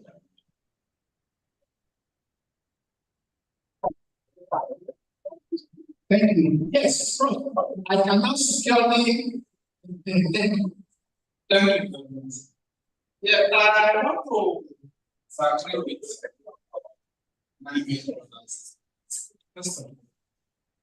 Most all the citizen data after especially for local areas. Like my students, they are two presentations. But I think that's central. These are local areas. We want to look at we want to look at differences between what is online and what we have. And that local government that you are saying is NMetS data. Is NMetS data located at that point? We have NMetS data in our unit. Is it the same local government where NMetS data is here? Yes, we have. Yes, this is if it is available. Where you want to put is here. So what would be done? No. It's not very. It's not very simple. Because if you want to be remote sensing data, you give the coordinate. You give the coordinate of that NMetS system. Because you want to. I mean, what we are doing, we are supposed to be working together.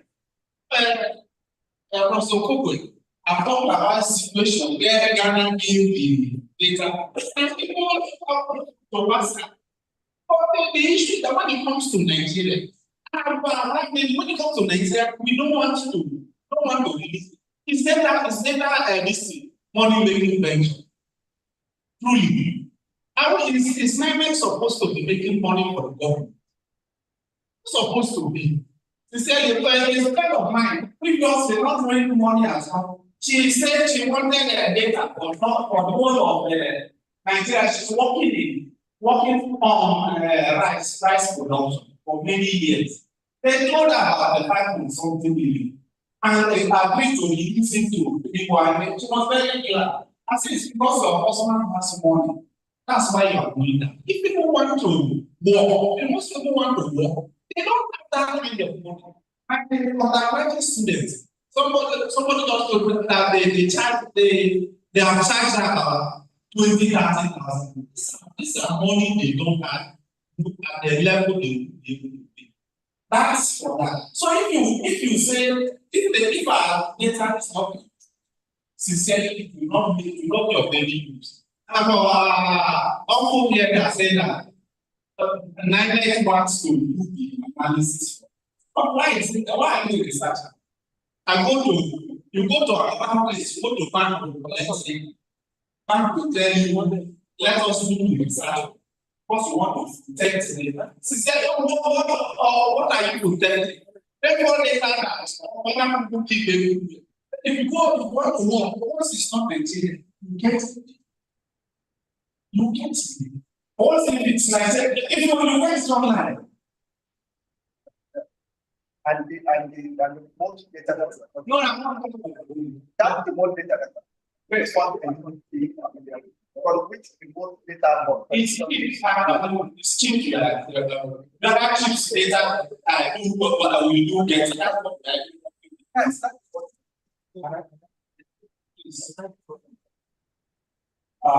yes, I do talk all that. Perfectly. On see when the stars ended last week. And I said everything's money. That is where the problem started from. That was the immigration for how much we used to collect that capacity? 600 naira. But not saying for me to supply. 600,000, 100,000. So it's NMetS. What is your IGR? That's the idea, internal generated revenue. That we need to do yourself.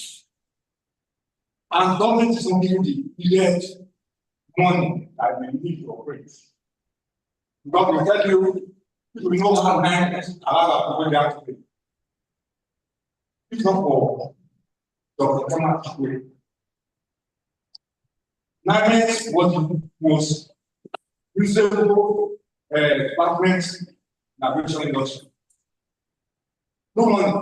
We're paid just like the ministry, very low, until she tried and approached the farm. Now, and see, because it's organization.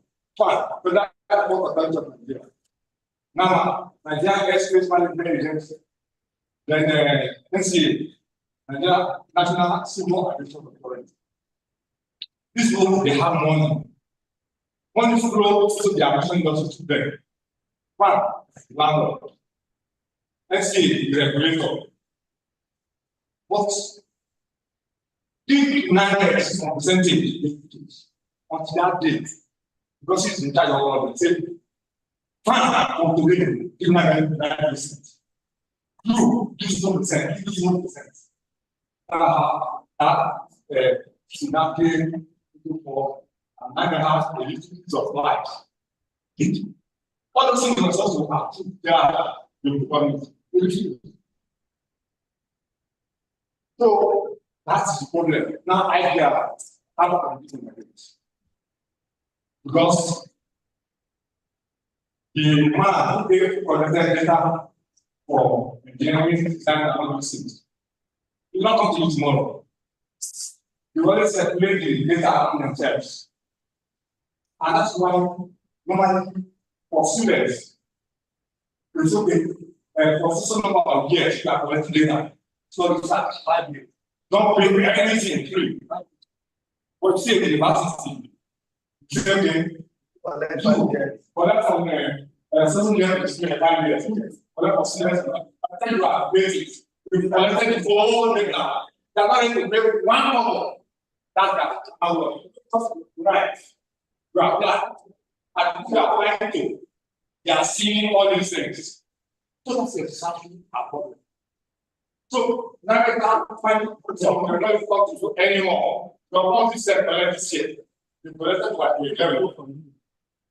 You want to circulate all those among themselves. As we were telling now to survive. So at the bottom of our children, that of one was it 2 years ago? This was the want to create climate change agency. Thank you very much. Yeah, you see, we got people discussing this. But let us note something.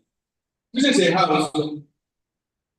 Yeah, we are talking about planet, planet is here, but it is a house.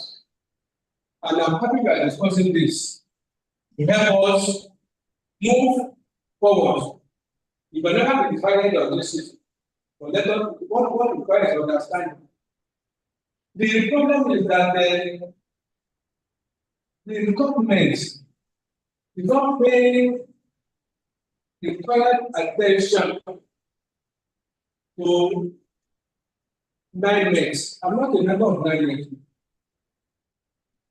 But I'm talking about the result of what we're experiencing in our university. The result of, I even the manufacturing of ITR. I will have the paper. And then it's okay, because of ITR, that the man will go to the center. The money will not come to me. How are you going to get the money to so let's pray that we can have good leadership in this country, that the reforms NMetS as appropriate. What are you expecting? We are going to not only central data. We need data at local levels. Researchers, because they rely entirely, let me frank on data from NMetS every time. But what we are touching NMetS to help us do is implementation. If we can collaborate and we're able to attract different people for on-field experiments, that will help students in the research. Many scientists don't even know how to reach data from the system. So if we're able to help different institutions now to get this instrument and then do all things, we have my platform where And next question is that more than 30 kilometers of that place. So now you say, oh, I need that data. I need the old data to go put the data. How do I go put it? I have to go down with my instruments. How will I get instruments? I need the assistance of NMetS. How will I make it work? Assistance of government. So it's not a one-way traffic at all. So well, I pray let's sit down and see how we can move forward. Okay? So we don't blame the countries entirely because what funding is, I'm aware that funding is not adequate. If funding is adequate, they will be thinking of buying that and it will be free. So whatever that things will improve. Thank you very much for your contribution. I appreciate it. Now, the last question we have here from Professor. Okay, on training of farmers. Well, I'm happy. I said NMetS do prepare seasonal training and seasonal climate what? Prediction. Climate prediction. And I remember a number of professors, including my university, we have agric extension services areas where we do precision training of farmers. I happen to be one of the presenters at such occasion. Precision training of farmers. If you can arrange this one at different local levels through the assistance of NMetS, whatever we do there, then NMetS know, okay, the precision training we have in agriculture, this is what we have. Make it available to NMetS before their own. So that we can find two things and then there will be conflicting. That's the collaboration, part of the collaboration we are talking about. So we do precision training of farmers. Okay? We have a competitive farmers, competitive union that we can try to organize it and let them know the importance of weather and climate in what they are doing. Thank you very much. Now, the last day, Dr. focus and well, we are talking the government of government. Well, we have mentioned it now. The government are not doing, they are not very adequately to assist us in the important research. They are not doing adequately. They keep all the facilities. I want to commend the put up for what for them what they are making. On the true external, and I'm finding some of the events you have that the true external funding. This is people about that. And some of them. And people don't get to take the long time. So that's just the government is still on our government. They are political in the way they say they are supporting. So let's we don't talk out that okay, we are not helping us, that we need assistance on this issue of climate change that politicized it. Because the just correct, that's what we do. They are arguing among themselves. Now many of them are how we didn't know what to say at all. I'm going to make it available to them. This is what they're going to have one for the end of the public years. Let's do all this, let's package and make it available. Let's make it available. This one to response. Not that content on again go. So the issue is not between us here. So thank you very much.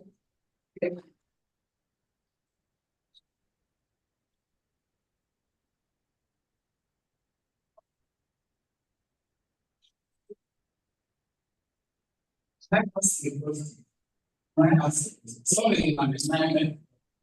I don't want to do that. No, we are not. On one side of the act, what we are vetting, the second aspect also is that the management staff who are supposed to be part of this complex, they are no longer interested. Not whether it's because it's only money they make here. I was the NMetS staff. I was involved with this ROTC, we assess the and I read the accreditation about 2 yes. And I was very that they should come to the it's supposed to be that the secretary is the NMetS for 9 years. The secretary of association And the first vice president. You hardly find those. The issue that is as if they are still present in the money making aspect of it. They are supporting and they are researchers. They don't do research alone. My students who are there, they refuse to go in on that. They'll tell you they don't give them money to go for work. I think they give them money. If they will not give them about 2-3 years, it took about 2-3 years before they give you. So your people do should please come to this. Yes. Thank you very much. It's like today's conference is centered on alignment, but we want to do that. I was just discussing with what this society is. During my presentation, I wanted to say it, but I said no, I want to talk with the council members at the end of the day. We have not made this society an please.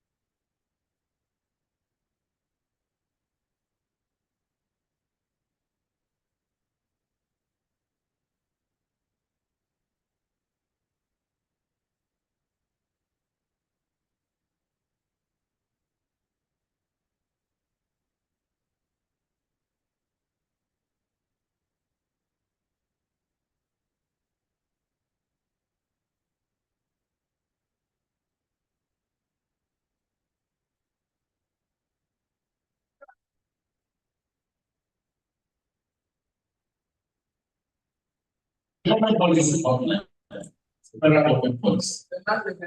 National civil service. It's not like federal government. That's why you can assess.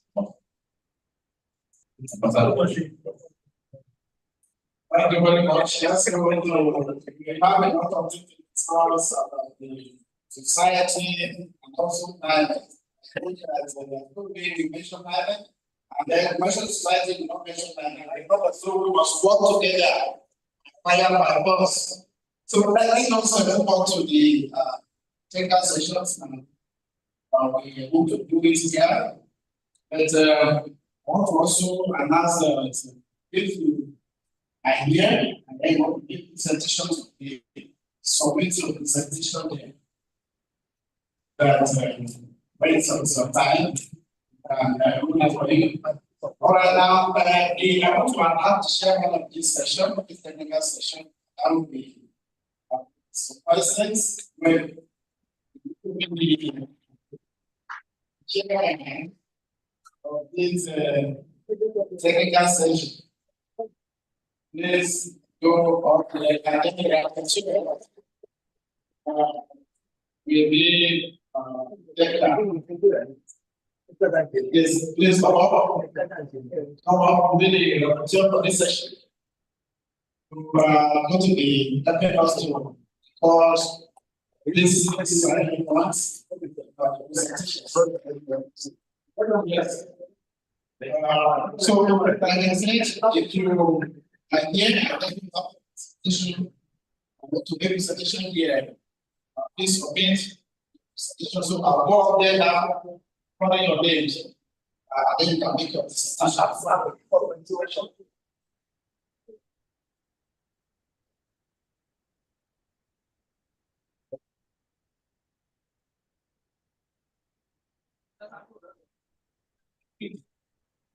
So before we start, we are hoping that our presentations here, that is our manuscripts, when it has been corrected, all of them will go to our special journal edition, as Journal of Meteorology and Climate Science. But if you don't present your paper, because it happens that many people will come when you don't present their paper. If you don't present your paper will go to the proceedings. That proceedings, of course, for the universities and the other national institutions. You can't use it does not count for a full mark in promotion. So for that, we want all our manuscripts to go into the special edition. Even if it is 80 papers. Or if it has to go to the special edition, you must do correction. So you must present it. Or if you want to present, you also have to pay for publication fees. But for proceedings, of course, there is no publication fee. Thank you. Okay, thank you very much, sir. I'm going to ask the presenters so they can come up here and make their presentation. I'm going to go on the first person here. That's Dr. Gloria.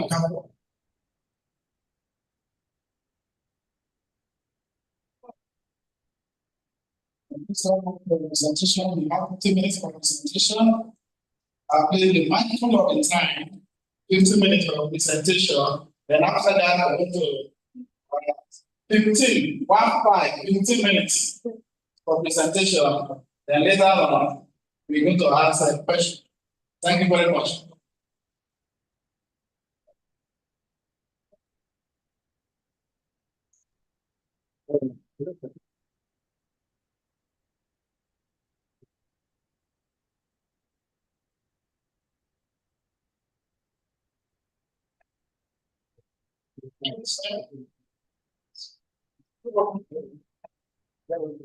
Okay. Good.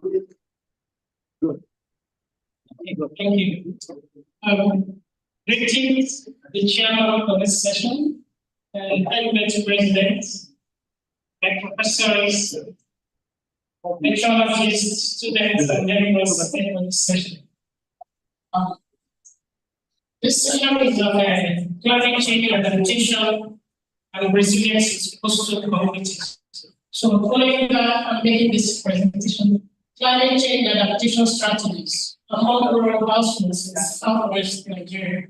My name is Gloria Okaf, and I'm from Nigerian Maritime University.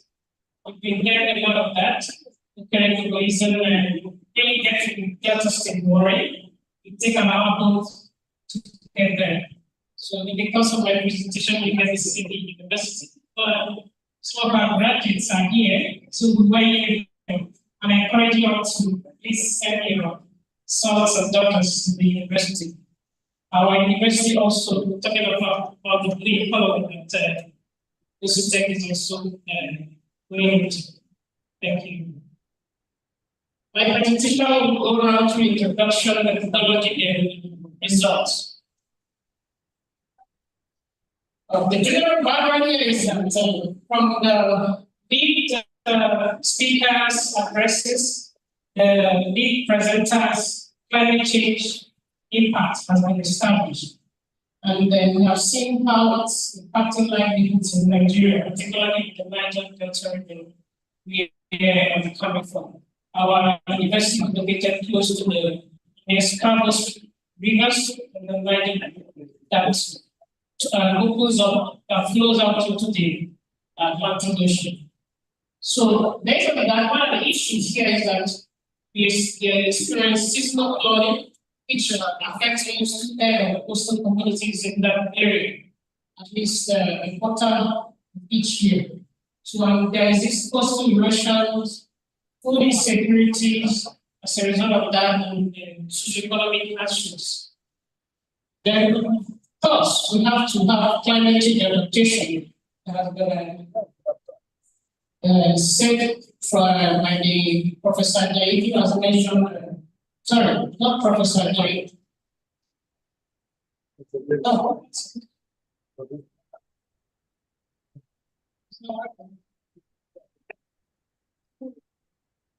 Okay, I'm saying because of climate change issues, there's a need for climate change adaptation, particularly in this Niger Delta region, because agriculture underpins their economy. You could have heard from the rep from NMetS when you mentioned that Africa, we are impacting, but we have the least adaptation capabilities. So there's a necessity to input mitigation strategies to be able to include appropriate adjustment modifications. So what's the goal of this research? Is so that there have been done of systematic studies on giving detailed information on effectiveness or limitations with regards to adaptation strategies. So information on the diversity of adopted strategies also, its implementation is also lacking. So this study tries to identify current local adaptation strategies, evaluate their effectiveness, and try to address potential areas. I mentioned earlier is in the Warri South Delta State, Warri Southwest, here in Delta State, and along the coastal base of the country. The climate, by clearing harbor, defining and dry seasons, most issue there is challenges, environmental degradation, and climate-induced livelihood impacts. So you might be hearing of the oil spillages and all that. All those ones you see on the TV, they are real. They are being impacted. So this study went through 46 sampling technique of 240 households within 4 communities, down to Warri Southwest. So data was collected through structured questionnaire post-group discussions. So analysis were done in the socio-demographics and as well as adaptation and concepts of adaptation. Straight to the results. One is on the adaptation strategy. Most common adaptation strategies there because the people there are mostly fish farmers. So they engage in changing fish situation because of the difficulties that are expressed with climate change impacts. Then there are livelihood diversification. So you don't just base only on fish farming, you have to adopt other strategies. Then you have flood barriers. Every time we talk about flooding in this country, end up also affecting those in the Niger Delta. On effectiveness of adaptation, adaptation becomes effective when it's able to meet community needs, that is, able to take them out of poverty, they're able to manage and respond to the climate risk, as well as make plans for development, particularly infrastructure or sustain their livelihoods. So in terms of that, we looked at how effective was adaptation. We observed that about 31% of the adaptation practices are effective, while 34% not very effective, while 45% not effective. These are effective because they are doing some flood barriers and diversification already, which have made them to improve their resilience. But on the other hand, there were ongoing delight systems like early warning systems not well in place. Community engagement is not also some constraints with financial limitations, credit access, low education, and the rest. In conclusion, generally the local area, the councils were aware of climate change, but also face some adaptation barriers. There's need for comprehensive policy and community intervention because they were not involved. Empowering rural communities is critical to ensure adaptation resilience. So the study will recommend improving credit facility access, particularly climate education or climate risk education with recent student events that are on. And then there's need to encourage community living plans when it comes to this climate change adaptation. Well, in terms of policy, governments need to strengthen and support stakeholders like language, this giving this early warning systems and information across. Thank you very much. Thank you very much. Comments. Then question. All right, thank you very much. I believe if our presenter will queue behind you to make a understand. That will be you're talking of climate change adaptation strategies among rural households in Body. And basically, the major economic activity in Uganda. So, which happens? Is it?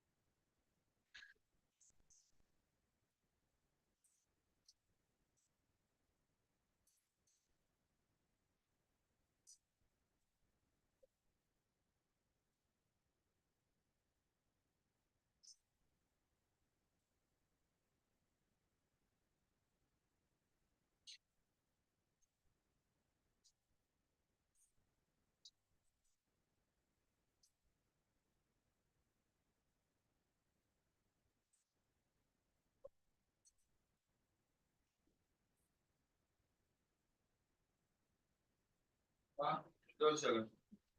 Yeah, I'll pack it. Keep being come.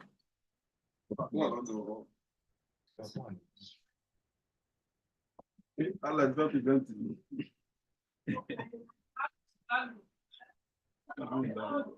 me, what's given?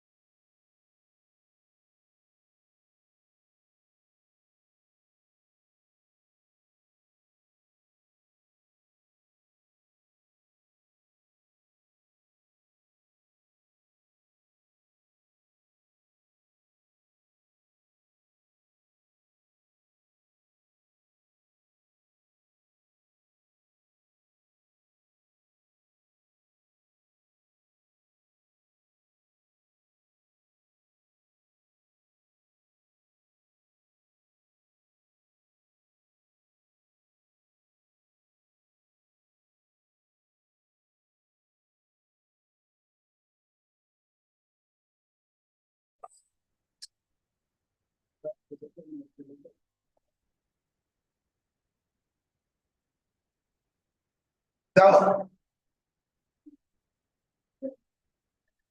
but this is not working.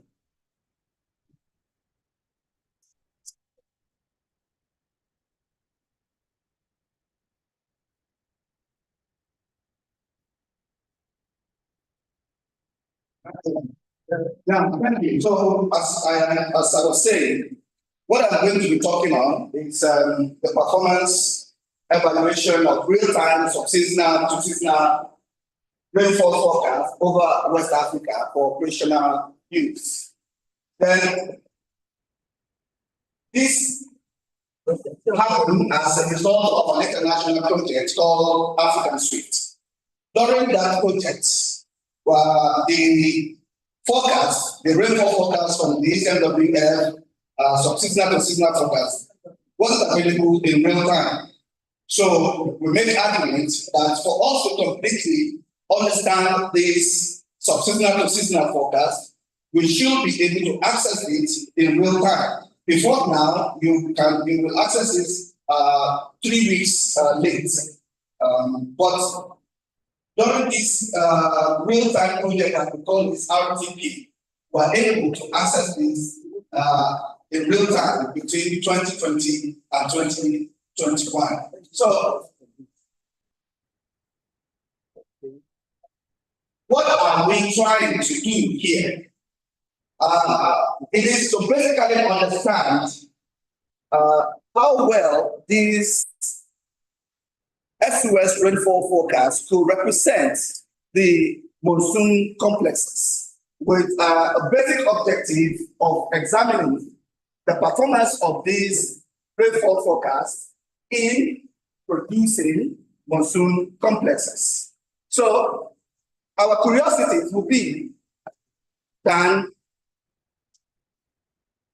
the SUS rainfall forecast be skillful over West Africa? The second one here is something that I'm not going to discuss in this forum, the sensitivity of observation to SUS model.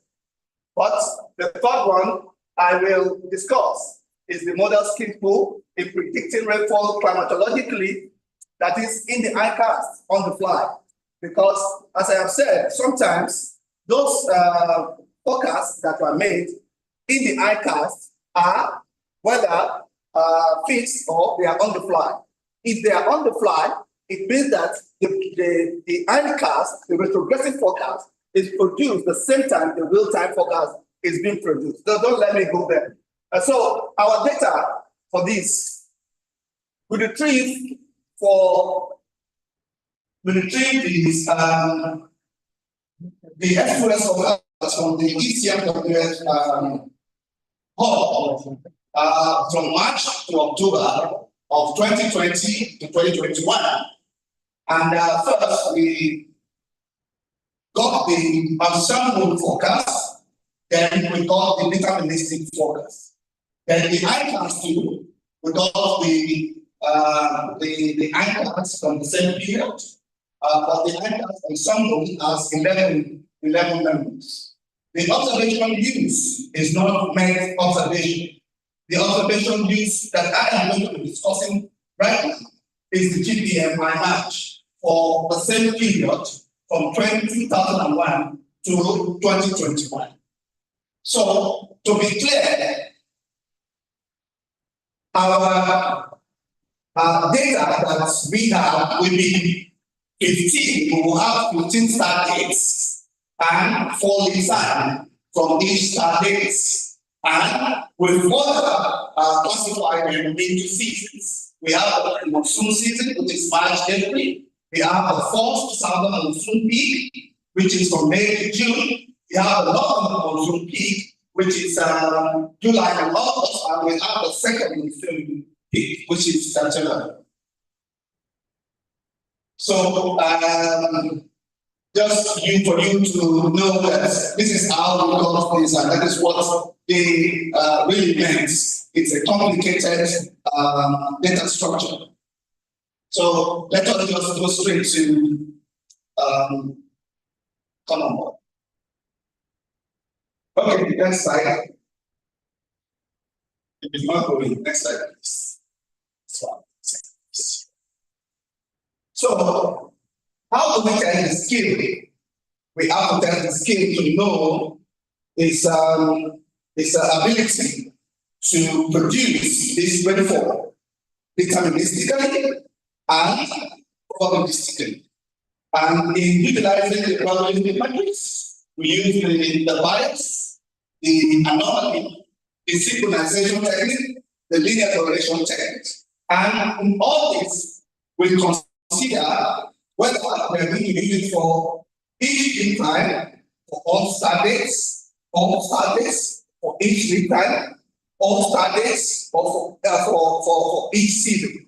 And for the probabilistic forecast too, we consider 4 basic threshold values to classify whether the rate will be low, medium, and will be high. And we test the propensity of the forecast. The propensity means the probability. In the sense that if I say I will have low, will the model say low? If I say I will have high, will the model say high? So let's go further. Next slide. So all these are the way we compute the rank probability storm and the rock. Let's go.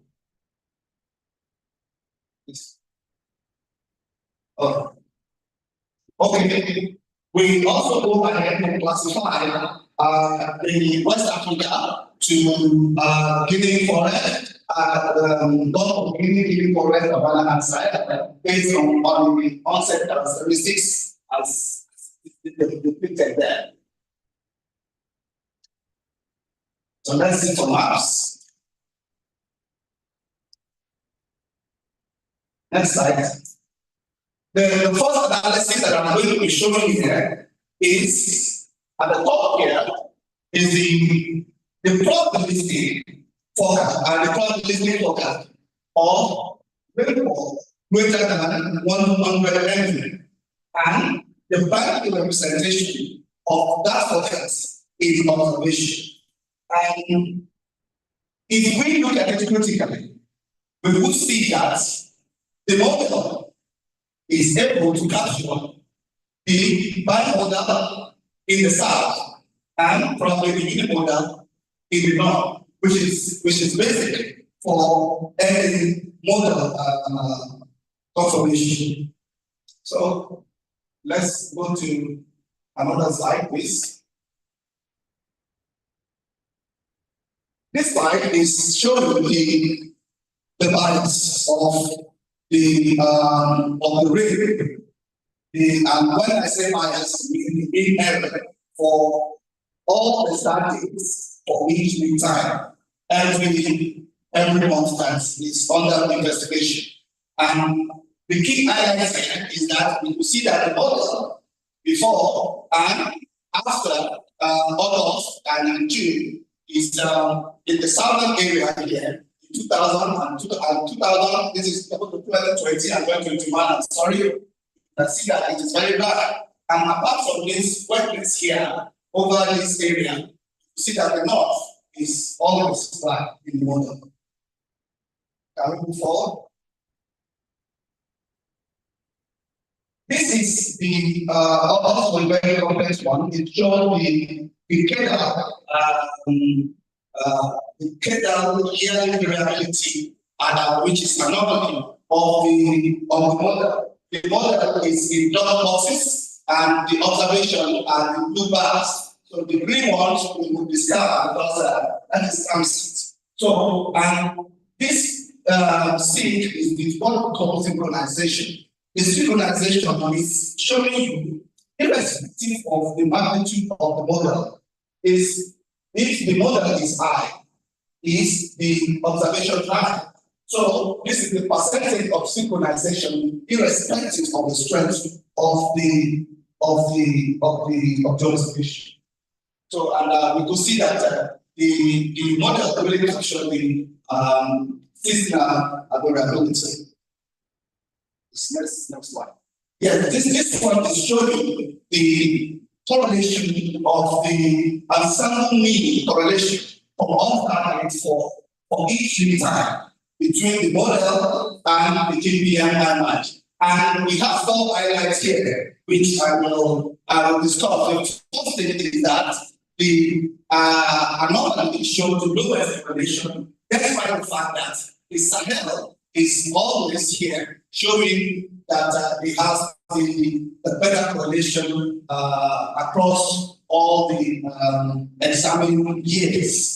And also, we could see that the May to April and September to October, which I consider as second southern monsoon peak, and the northern monsoon, and the first southern monsoon, and the pre-monsoon, you can see that the correlation is a little bit better than the northern monsoon peak, which is the July-August here. So let's go ahead.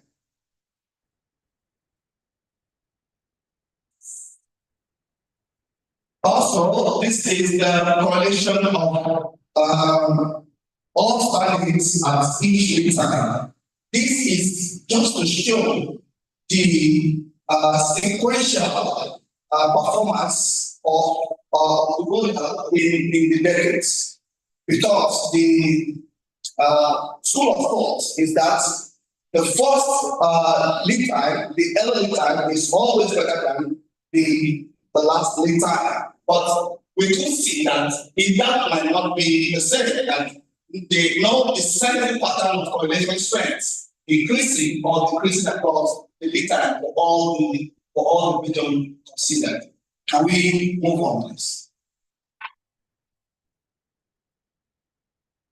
Well, this is the rank representative plot showing the model reliability across its predicted value across all the thresholds that we define low, medium, 75 percentile, and the 100 millimeter rainfall. How well does the model perform here? You could see seasonally, you could see that the north, apart from this area in the Gulf of Guinea, the northern monsoon peak appear to have best rank best skin score.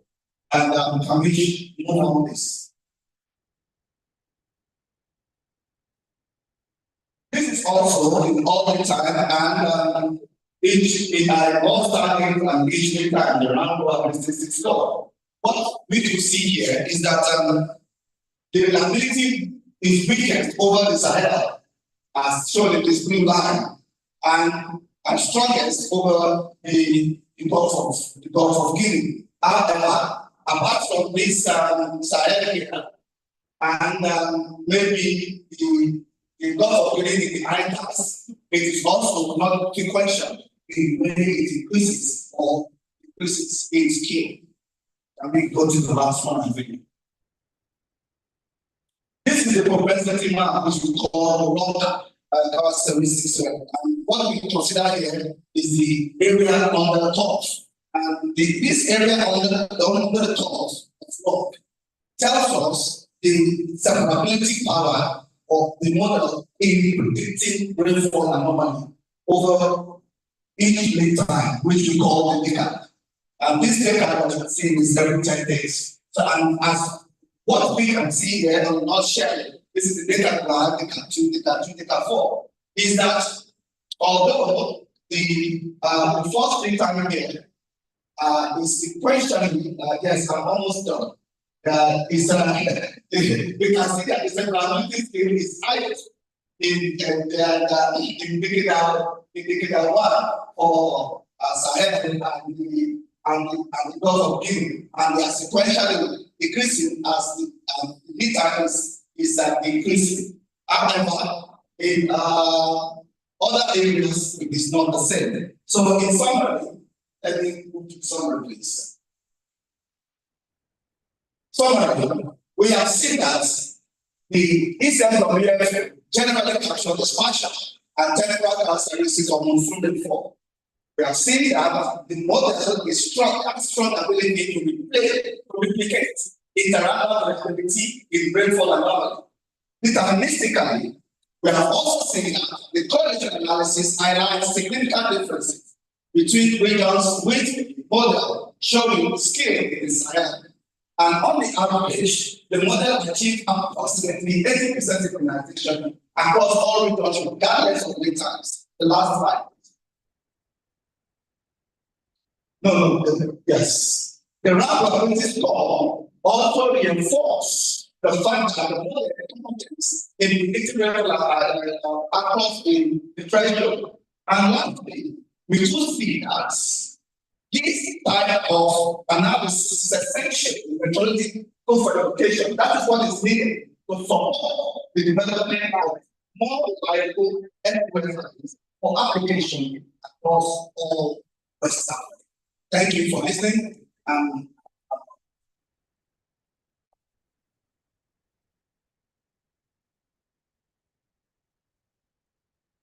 Thank you for the presentation.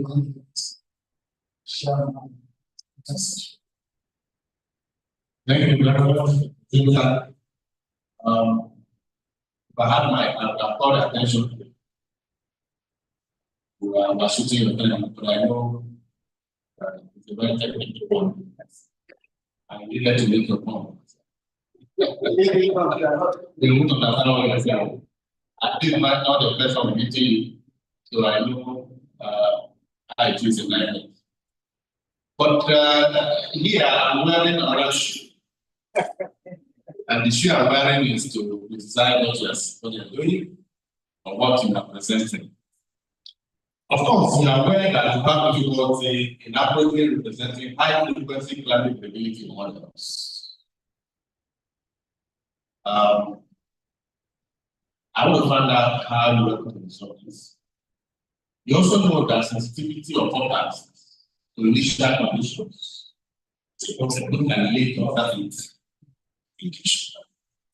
Well, I have to find questions here, but I just wanted to look at this too. And later we can talk about the other ones. So, okay, if you can go back 1, 2, 3. 3, go back. Yeah. This is the mistake.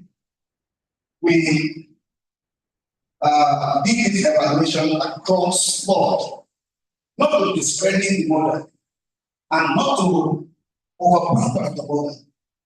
Remember that the importance of using probabilistic way of attaining the separability skill, which is very, very important here, is the ability of this model to produce the anomaly and the variability, which we have shown here that over the Gulf of Guinea and in fact over all the area in the first decade of the they are very strong. Move on to the floor.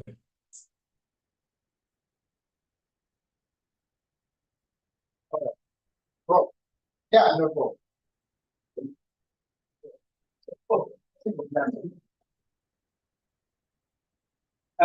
Since it's a very good presentation, I only want to make a small comment.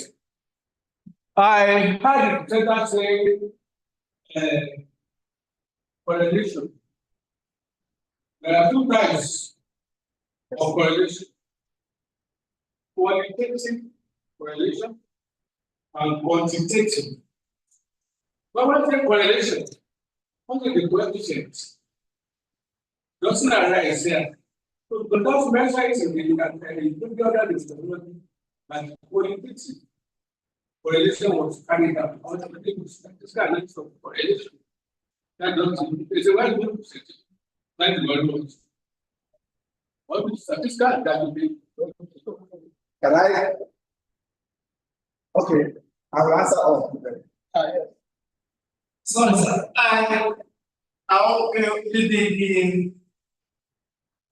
The work you said you looked at different regions, with the Sahel, and you were giving the usefulness for the coastal area and the Sahel, and eventually you might say that it's good for both. for all the regions, about 80%. I wanted to say that one would have wanted to know the areas where it is good for. Because, no, eventually you answer. No, you get it. The synchronization one, where that. No, go back. Go front. Go. Yeah. No, tell us now. Okay, now. But before you tell us that, let me just squeeze in that. Sir, well, not for this work, for every type of work, you didn't put your references, and we'll be a little worried. So anybody who is presenting, please let your references be there. I know it will be in the work. Well, I am Vasco Center, and I know that if I am quoting somebody, I need to give, but this all what I have said here, I have produced them in my own work. And this is a presentation, and I didn't quote anyone. So that means me saying that, oh, I got these statements from this. So the method of analysis is your own. Yes.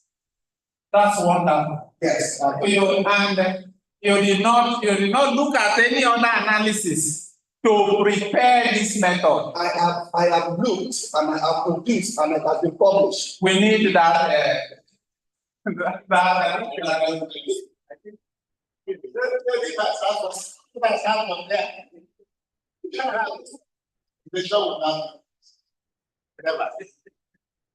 So, on that side. Now, this is part of the knowledge shared derived during suite. The suite project. So, this is a very development. Let me say that this is part of things we did. There is a continuation of suite. Yes. Now, if you are not private, Dr. Lawal apparently is also not in private. Yes. Please continue this work in private. That's all. That's stopped. So all the investment of suite has stopped in private. That's good enough. Well, it is, but it is what it is. That's But I don't think it's this problem. It's the problem of the man. Because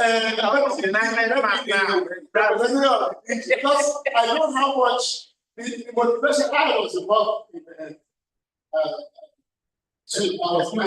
It has not stopped. It has not stopped. I want to answer this form of synchronization, but I mentioned that they are good all over. As Oga said, that correlation is in two, the quantitative and the qualitative. The correlation here is the best correlation coefficient that we have adopted, and it was computed.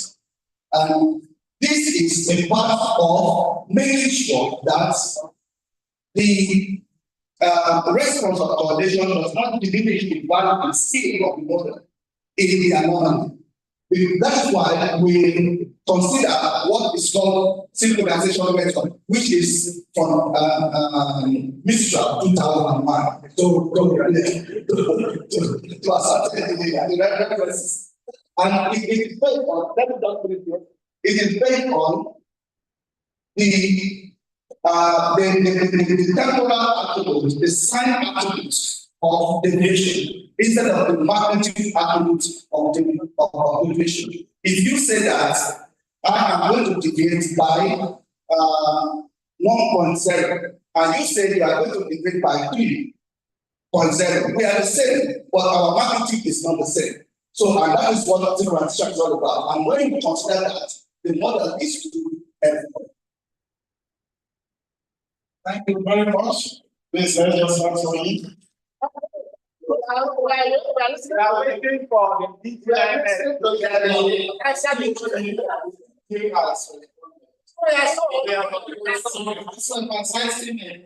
swift in time, it has not ended. No. In fact, we discharged, we took about 5 or 6 of us now who traveled a few months ago in connection with the street. So it's ongoing. You know, we are visiting. My question was no, I understand what you're saying. Yeah. It's a project ongoing. So it's still on. Are we enough? Well, you know, if you see the invested in Swiss, what I'm saying really is that an agency like NMetS should have a way of keeping this guy and a while, either remotely or whatever. That's part of this training that you are sending people out to do. Sir, we have already done that. Okay, they are parts. You know, when he existed, I don't want to discuss this company. Yes, I know. It's not an open discussion, but what you are saying is still very much around. Yes, where he is, NMetS took him to that place, so that he will not be far from us. It's okay. Yes. So what I'm saying, we have already done. Let us do that. And to be fair, really, there is NMetS in us that this knowledge is transferred to. Yeah, thank you very much. Thank you very much. We can move on to the next presenter. I'll be calling on enforcement. I think we'll be the city. Cosmos are ready. There's the Cosmos.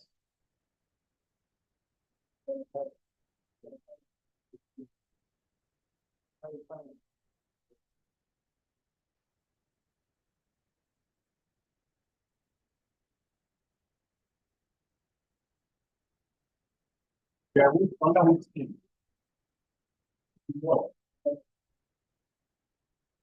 Top team.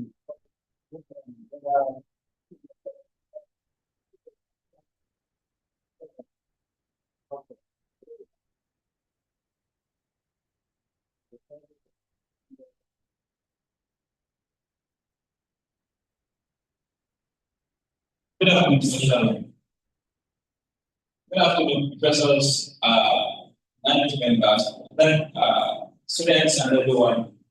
I am Kosovo, and I'm presenting on analysis of plant service of relatives in the Cabinet of Southern and Blue State. I work on collaboration with Professor. I'm from the Center for Space Research and Application Federal University of Technology.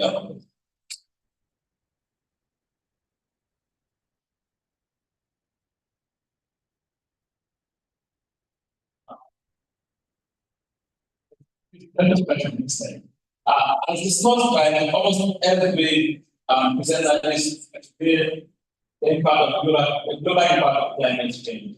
One of the major indicators of climate change is land surface temperature, and it has over time served as one of the factors to monitor or understand the impact of climate change, especially when it comes to micro, to the local area, like micro scale understanding of climate change. So,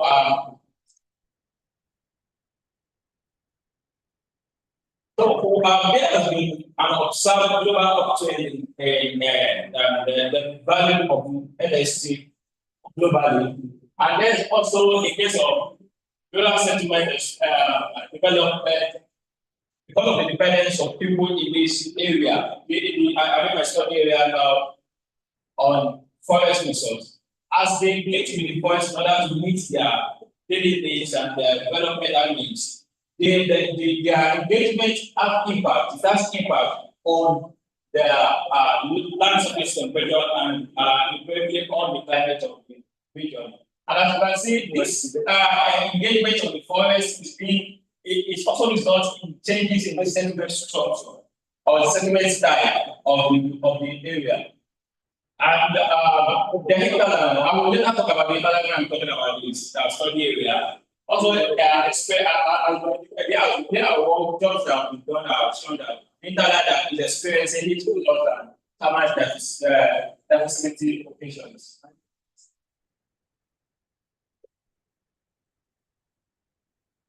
I will quickly speak about the hinterland. This map is showing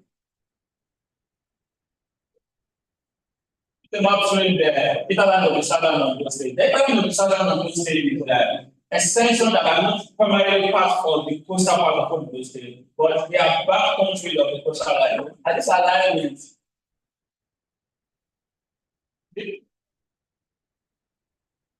And this aligns with the allusion of 2017, where it talks about the developed space, which are not necessarily along the coastal line, but they are essentially or backdrop of the port of the coastal line, can be described as the hinterland. So this hinterland covers three local government of the state, which is local government, even the local government and the super local government.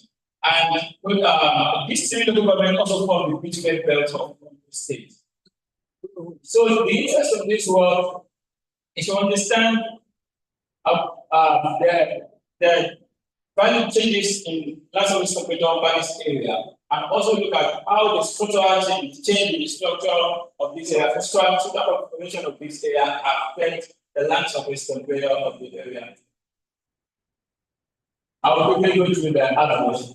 So the approach that is used in this study is the last images were of 3 years were used to generate the land use land cover pattern of the area, the land surface temperature pattern. And NDPI and NDPI analyze vegetation index and normalized growth of index of this area was done in order to understand the trends of changes in the area. And this was used to derive the relationship between land surface temperature and the land use side. A correlation analysis statistical was carried on to understand which of these factors the NDPI and NDPI now that is driving changes in this area. And in order to zoom into understanding at the local scale how development, how the changes of the urban structure, of the settlement structures in this area affect the land surface temperature value. We make use of the local climate zone, which was developed by and Stewart 2012.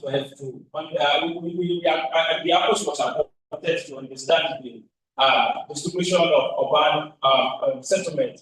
In this case, it's a peri-urban because the settlements that are in this area are not major, and they are not full-fledged urban area, but they are functional areas. They are urban like the community, which is very urban, and urban.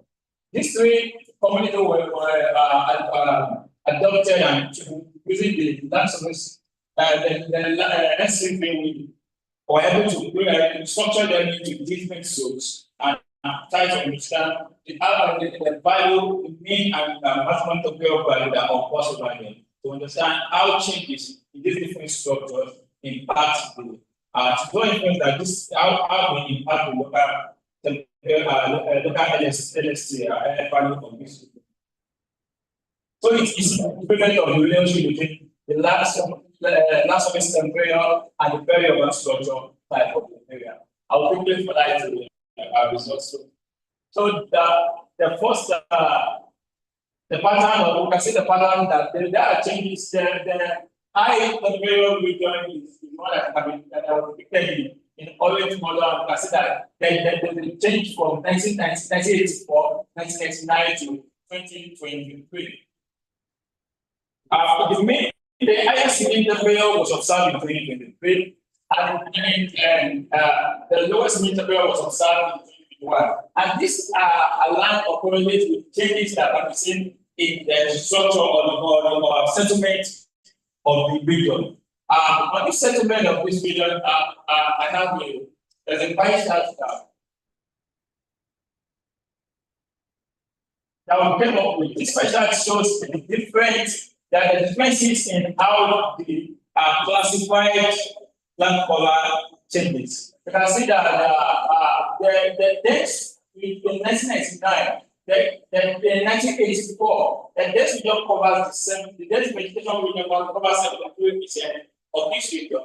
And in 1999, it covers 80%.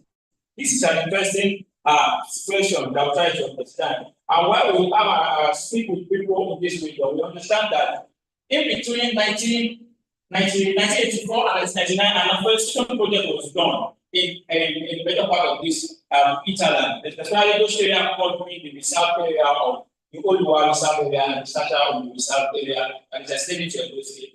Afforestation project, and there are also changes in the crop that people the farmers have done in this region during this period. And the changes is essentially that they adopted three crops like cocoa and oil, as you can see if you walk around this or when you're traveling down to this place. So this is one of the reasons why there is changes in the land cover, and we are seeing there is reduction again because of development land cover. And if you are aware of the situations of the forest recently, there is a mass destruction of the forest due to efforts to approach companies along the Lagos Expressway and other places within the hinterlands. So we'll quickly talk about we discovered we made an observation of the relationship of in each of these land cover types and the temperature value that's the force of that goes under them. And we discovered that the built-up area and the bare land, as we expected, have a lot the largest number value of highest value of temperature, as you can see. The mean temperature value in 1999 is 23.7%, and in 2019 in the ELR area and the built-up is 23.4%. While in 2023 the built-up area is giving us a big value of 31.7%. So in order to understand the driving force, we need a correlation, as I said earlier, and the correlation is also that the NDP, the vegetation cover, plays the role of like a check to the increase in temperature. Whether high increase in the vegetation value, there's tendency that the LS, the level value, is reduced. While the places where there are increasing occurrence of built-up area in that quantity, there is experience of higher temperature. So this was done over the 40 year of choice as seen in this map. And then I'll quickly go to the LSC value. The local climate zone was classified into we identified 6 zones that are applicable to this region.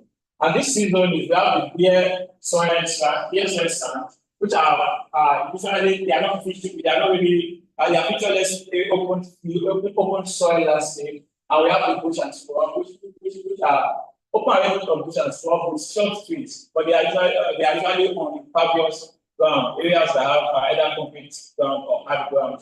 And we also have the compact low rise, which are dense units of low rising building between 1 to 3 story building in quantity. This of course across the settlement that we do.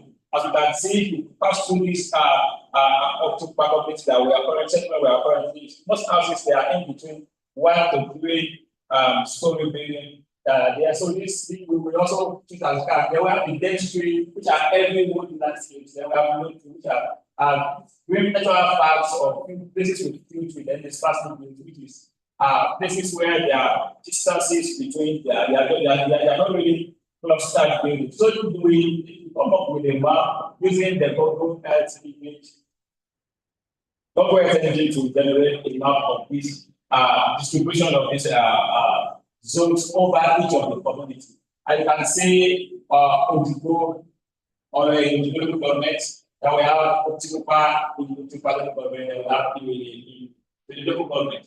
In the local government, the compact low-rise region is clustered around the road, the expressway down to the road that leads out into the town. And we can see in the case of the local government, it is clustered within the center of the town and it is spread. Particular local government show a kind of we observe that a dense region, it's kind of dissects the settlement into two. And in our treating, we discovered that it's because of their applications of palm tree plantations within both settlement end of the certain end of the community and another end of the community. As you can see, it is there are with the Mali region and the Neotipa region, there's a green land between them. Conclusion, please.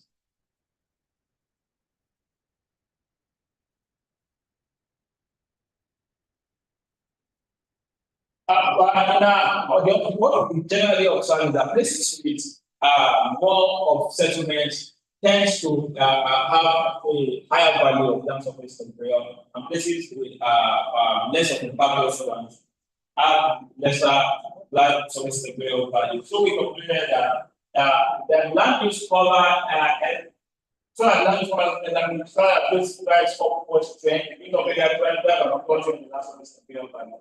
And the structural exploration that contributes significantly to the nature of the land surface area pattern in an area. I also discovered that zones where there are constant human activity like copper chloride regions, it also generates more of high land surface value than the density. So we therefore recommend that stakeholders and communities should come to there's need for stakeholders to come up with a framework for rural development. Development are taking place in rural areas, and there should be an intention of a green region or three regions within the development process of rural communities. And also that there should be training of. Thank you very much. Thank you. Let's clap for him.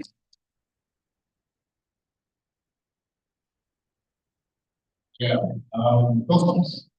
my problem this war is that it's about fraud in literature. I'm aware that the only contribution we've been making is innovation. But everyone non-geographers, non-methodologists know what I'm talking about. You have examined one effort, right? But let's move away from this land use, temperature, things, and begin to talk of, identify the primary drivers of LST changes. Begin to look at them independently. You see their specific contribution to LST. We should begin to look at what are the projected LST changes in the hinterland under different climate change scenarios. This is where we should be looking at. I'm talking to others who are interested in doing works in LST. But let's begin to look at projections under different climate change scenarios. What will it be? What are the potential implications of LST changes for ecosystem, biodiversity? These are specific what you have told us already. So there's something too new there. We can also look at issues that borders on how future land use and land cover changes impact LSA pattern. And what roles do anthropogenic factors of greenhouse gas emission industrial activity play shaping LSA changes? Should need to move away from this traditional to us. And the way we have done it, everybody is already aware of this. I agree. So thank you very much.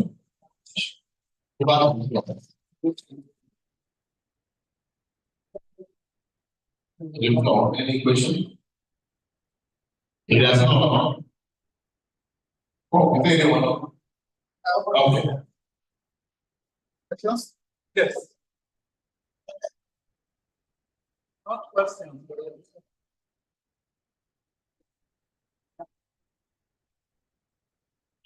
Just on your education, I know you teach but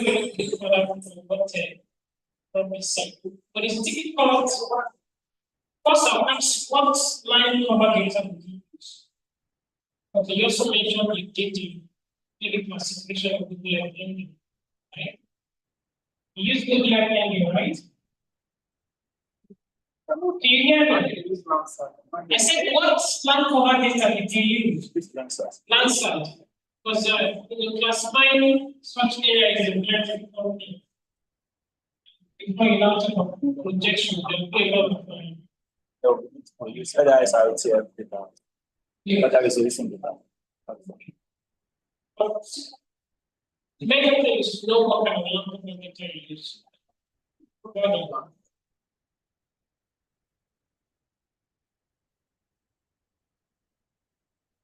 Well done, sir. I want to just say improvement. I want to a little kind of disagree with you, sir. We still need people. There's no time that knowledge is ended. And where it's coming from is important. Is doing this land use. But I want to say that I agree with you mostly that yes, you have to do more. Not in this work, maybe you have finished it. But because this, when you are relating temperature to land area, what we often when you are looking at land use classification, usually we often forget that the height of the land, the elevation is important. So I was thinking that if you have done anything on elevation, except for that, on the other hand, I thought that this coastal area, there's no difference, much difference in elevation. Yes, but you could have used that too. Well, I want to encourage you that in the same work with Thank you very much. One question for you.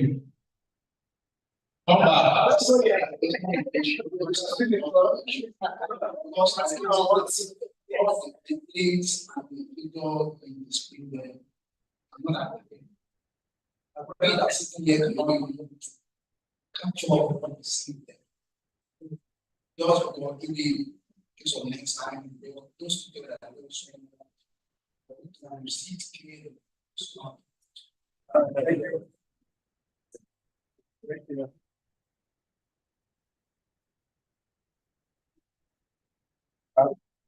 Thank you very much, Mr. Sharma. This is the last presentation of today, and we're wrapping up now. Now, after this wrapping up the statement from the chairman, there will be a cocktail. The embassy will make more, give us more information. Let's share. Give us more information about the cocktail where the cocktail is broken. So on. Before we do that,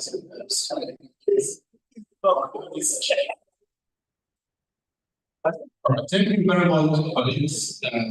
Professors to the house and very much colleagues. I think today we have exhausted what we have to do. One of time, on behalf of the president and council, we understand every one of you that want time to be here. For me, it's my first time of coming to this part of the country. On my way when I was coming, one thing I enjoyed along the road was the lost vegetation. In fact, you know, one of my staff said, "This is very cool. They are very good to watch." I said, "No, it's the vegetation. Keep the vegetation." You know, as I'm coming yesterday, I like that. It's long that I've seen this kind of vegetation with some last time, and you guys are enjoying so much around this environment. Okay, so the presentations done so far are excellent. They've not fallen short of expectations, especially the paper presented by Dr. Yolan and our sister. And the last one, if I have to score in that order, you know, the down to the best, our sister second, and this one I want to allow me to score. So, not meant by us. You don't know, in this matter, that's what it's global, it's a very simple. So thank you very much. I want to appreciate the ESCO for giving me the opportunity to be the chairman of this technical session. Thank you very much. Thank you very much. Thank you.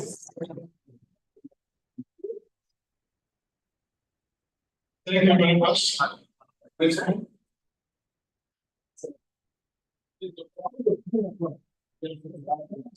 Let's be tomorrow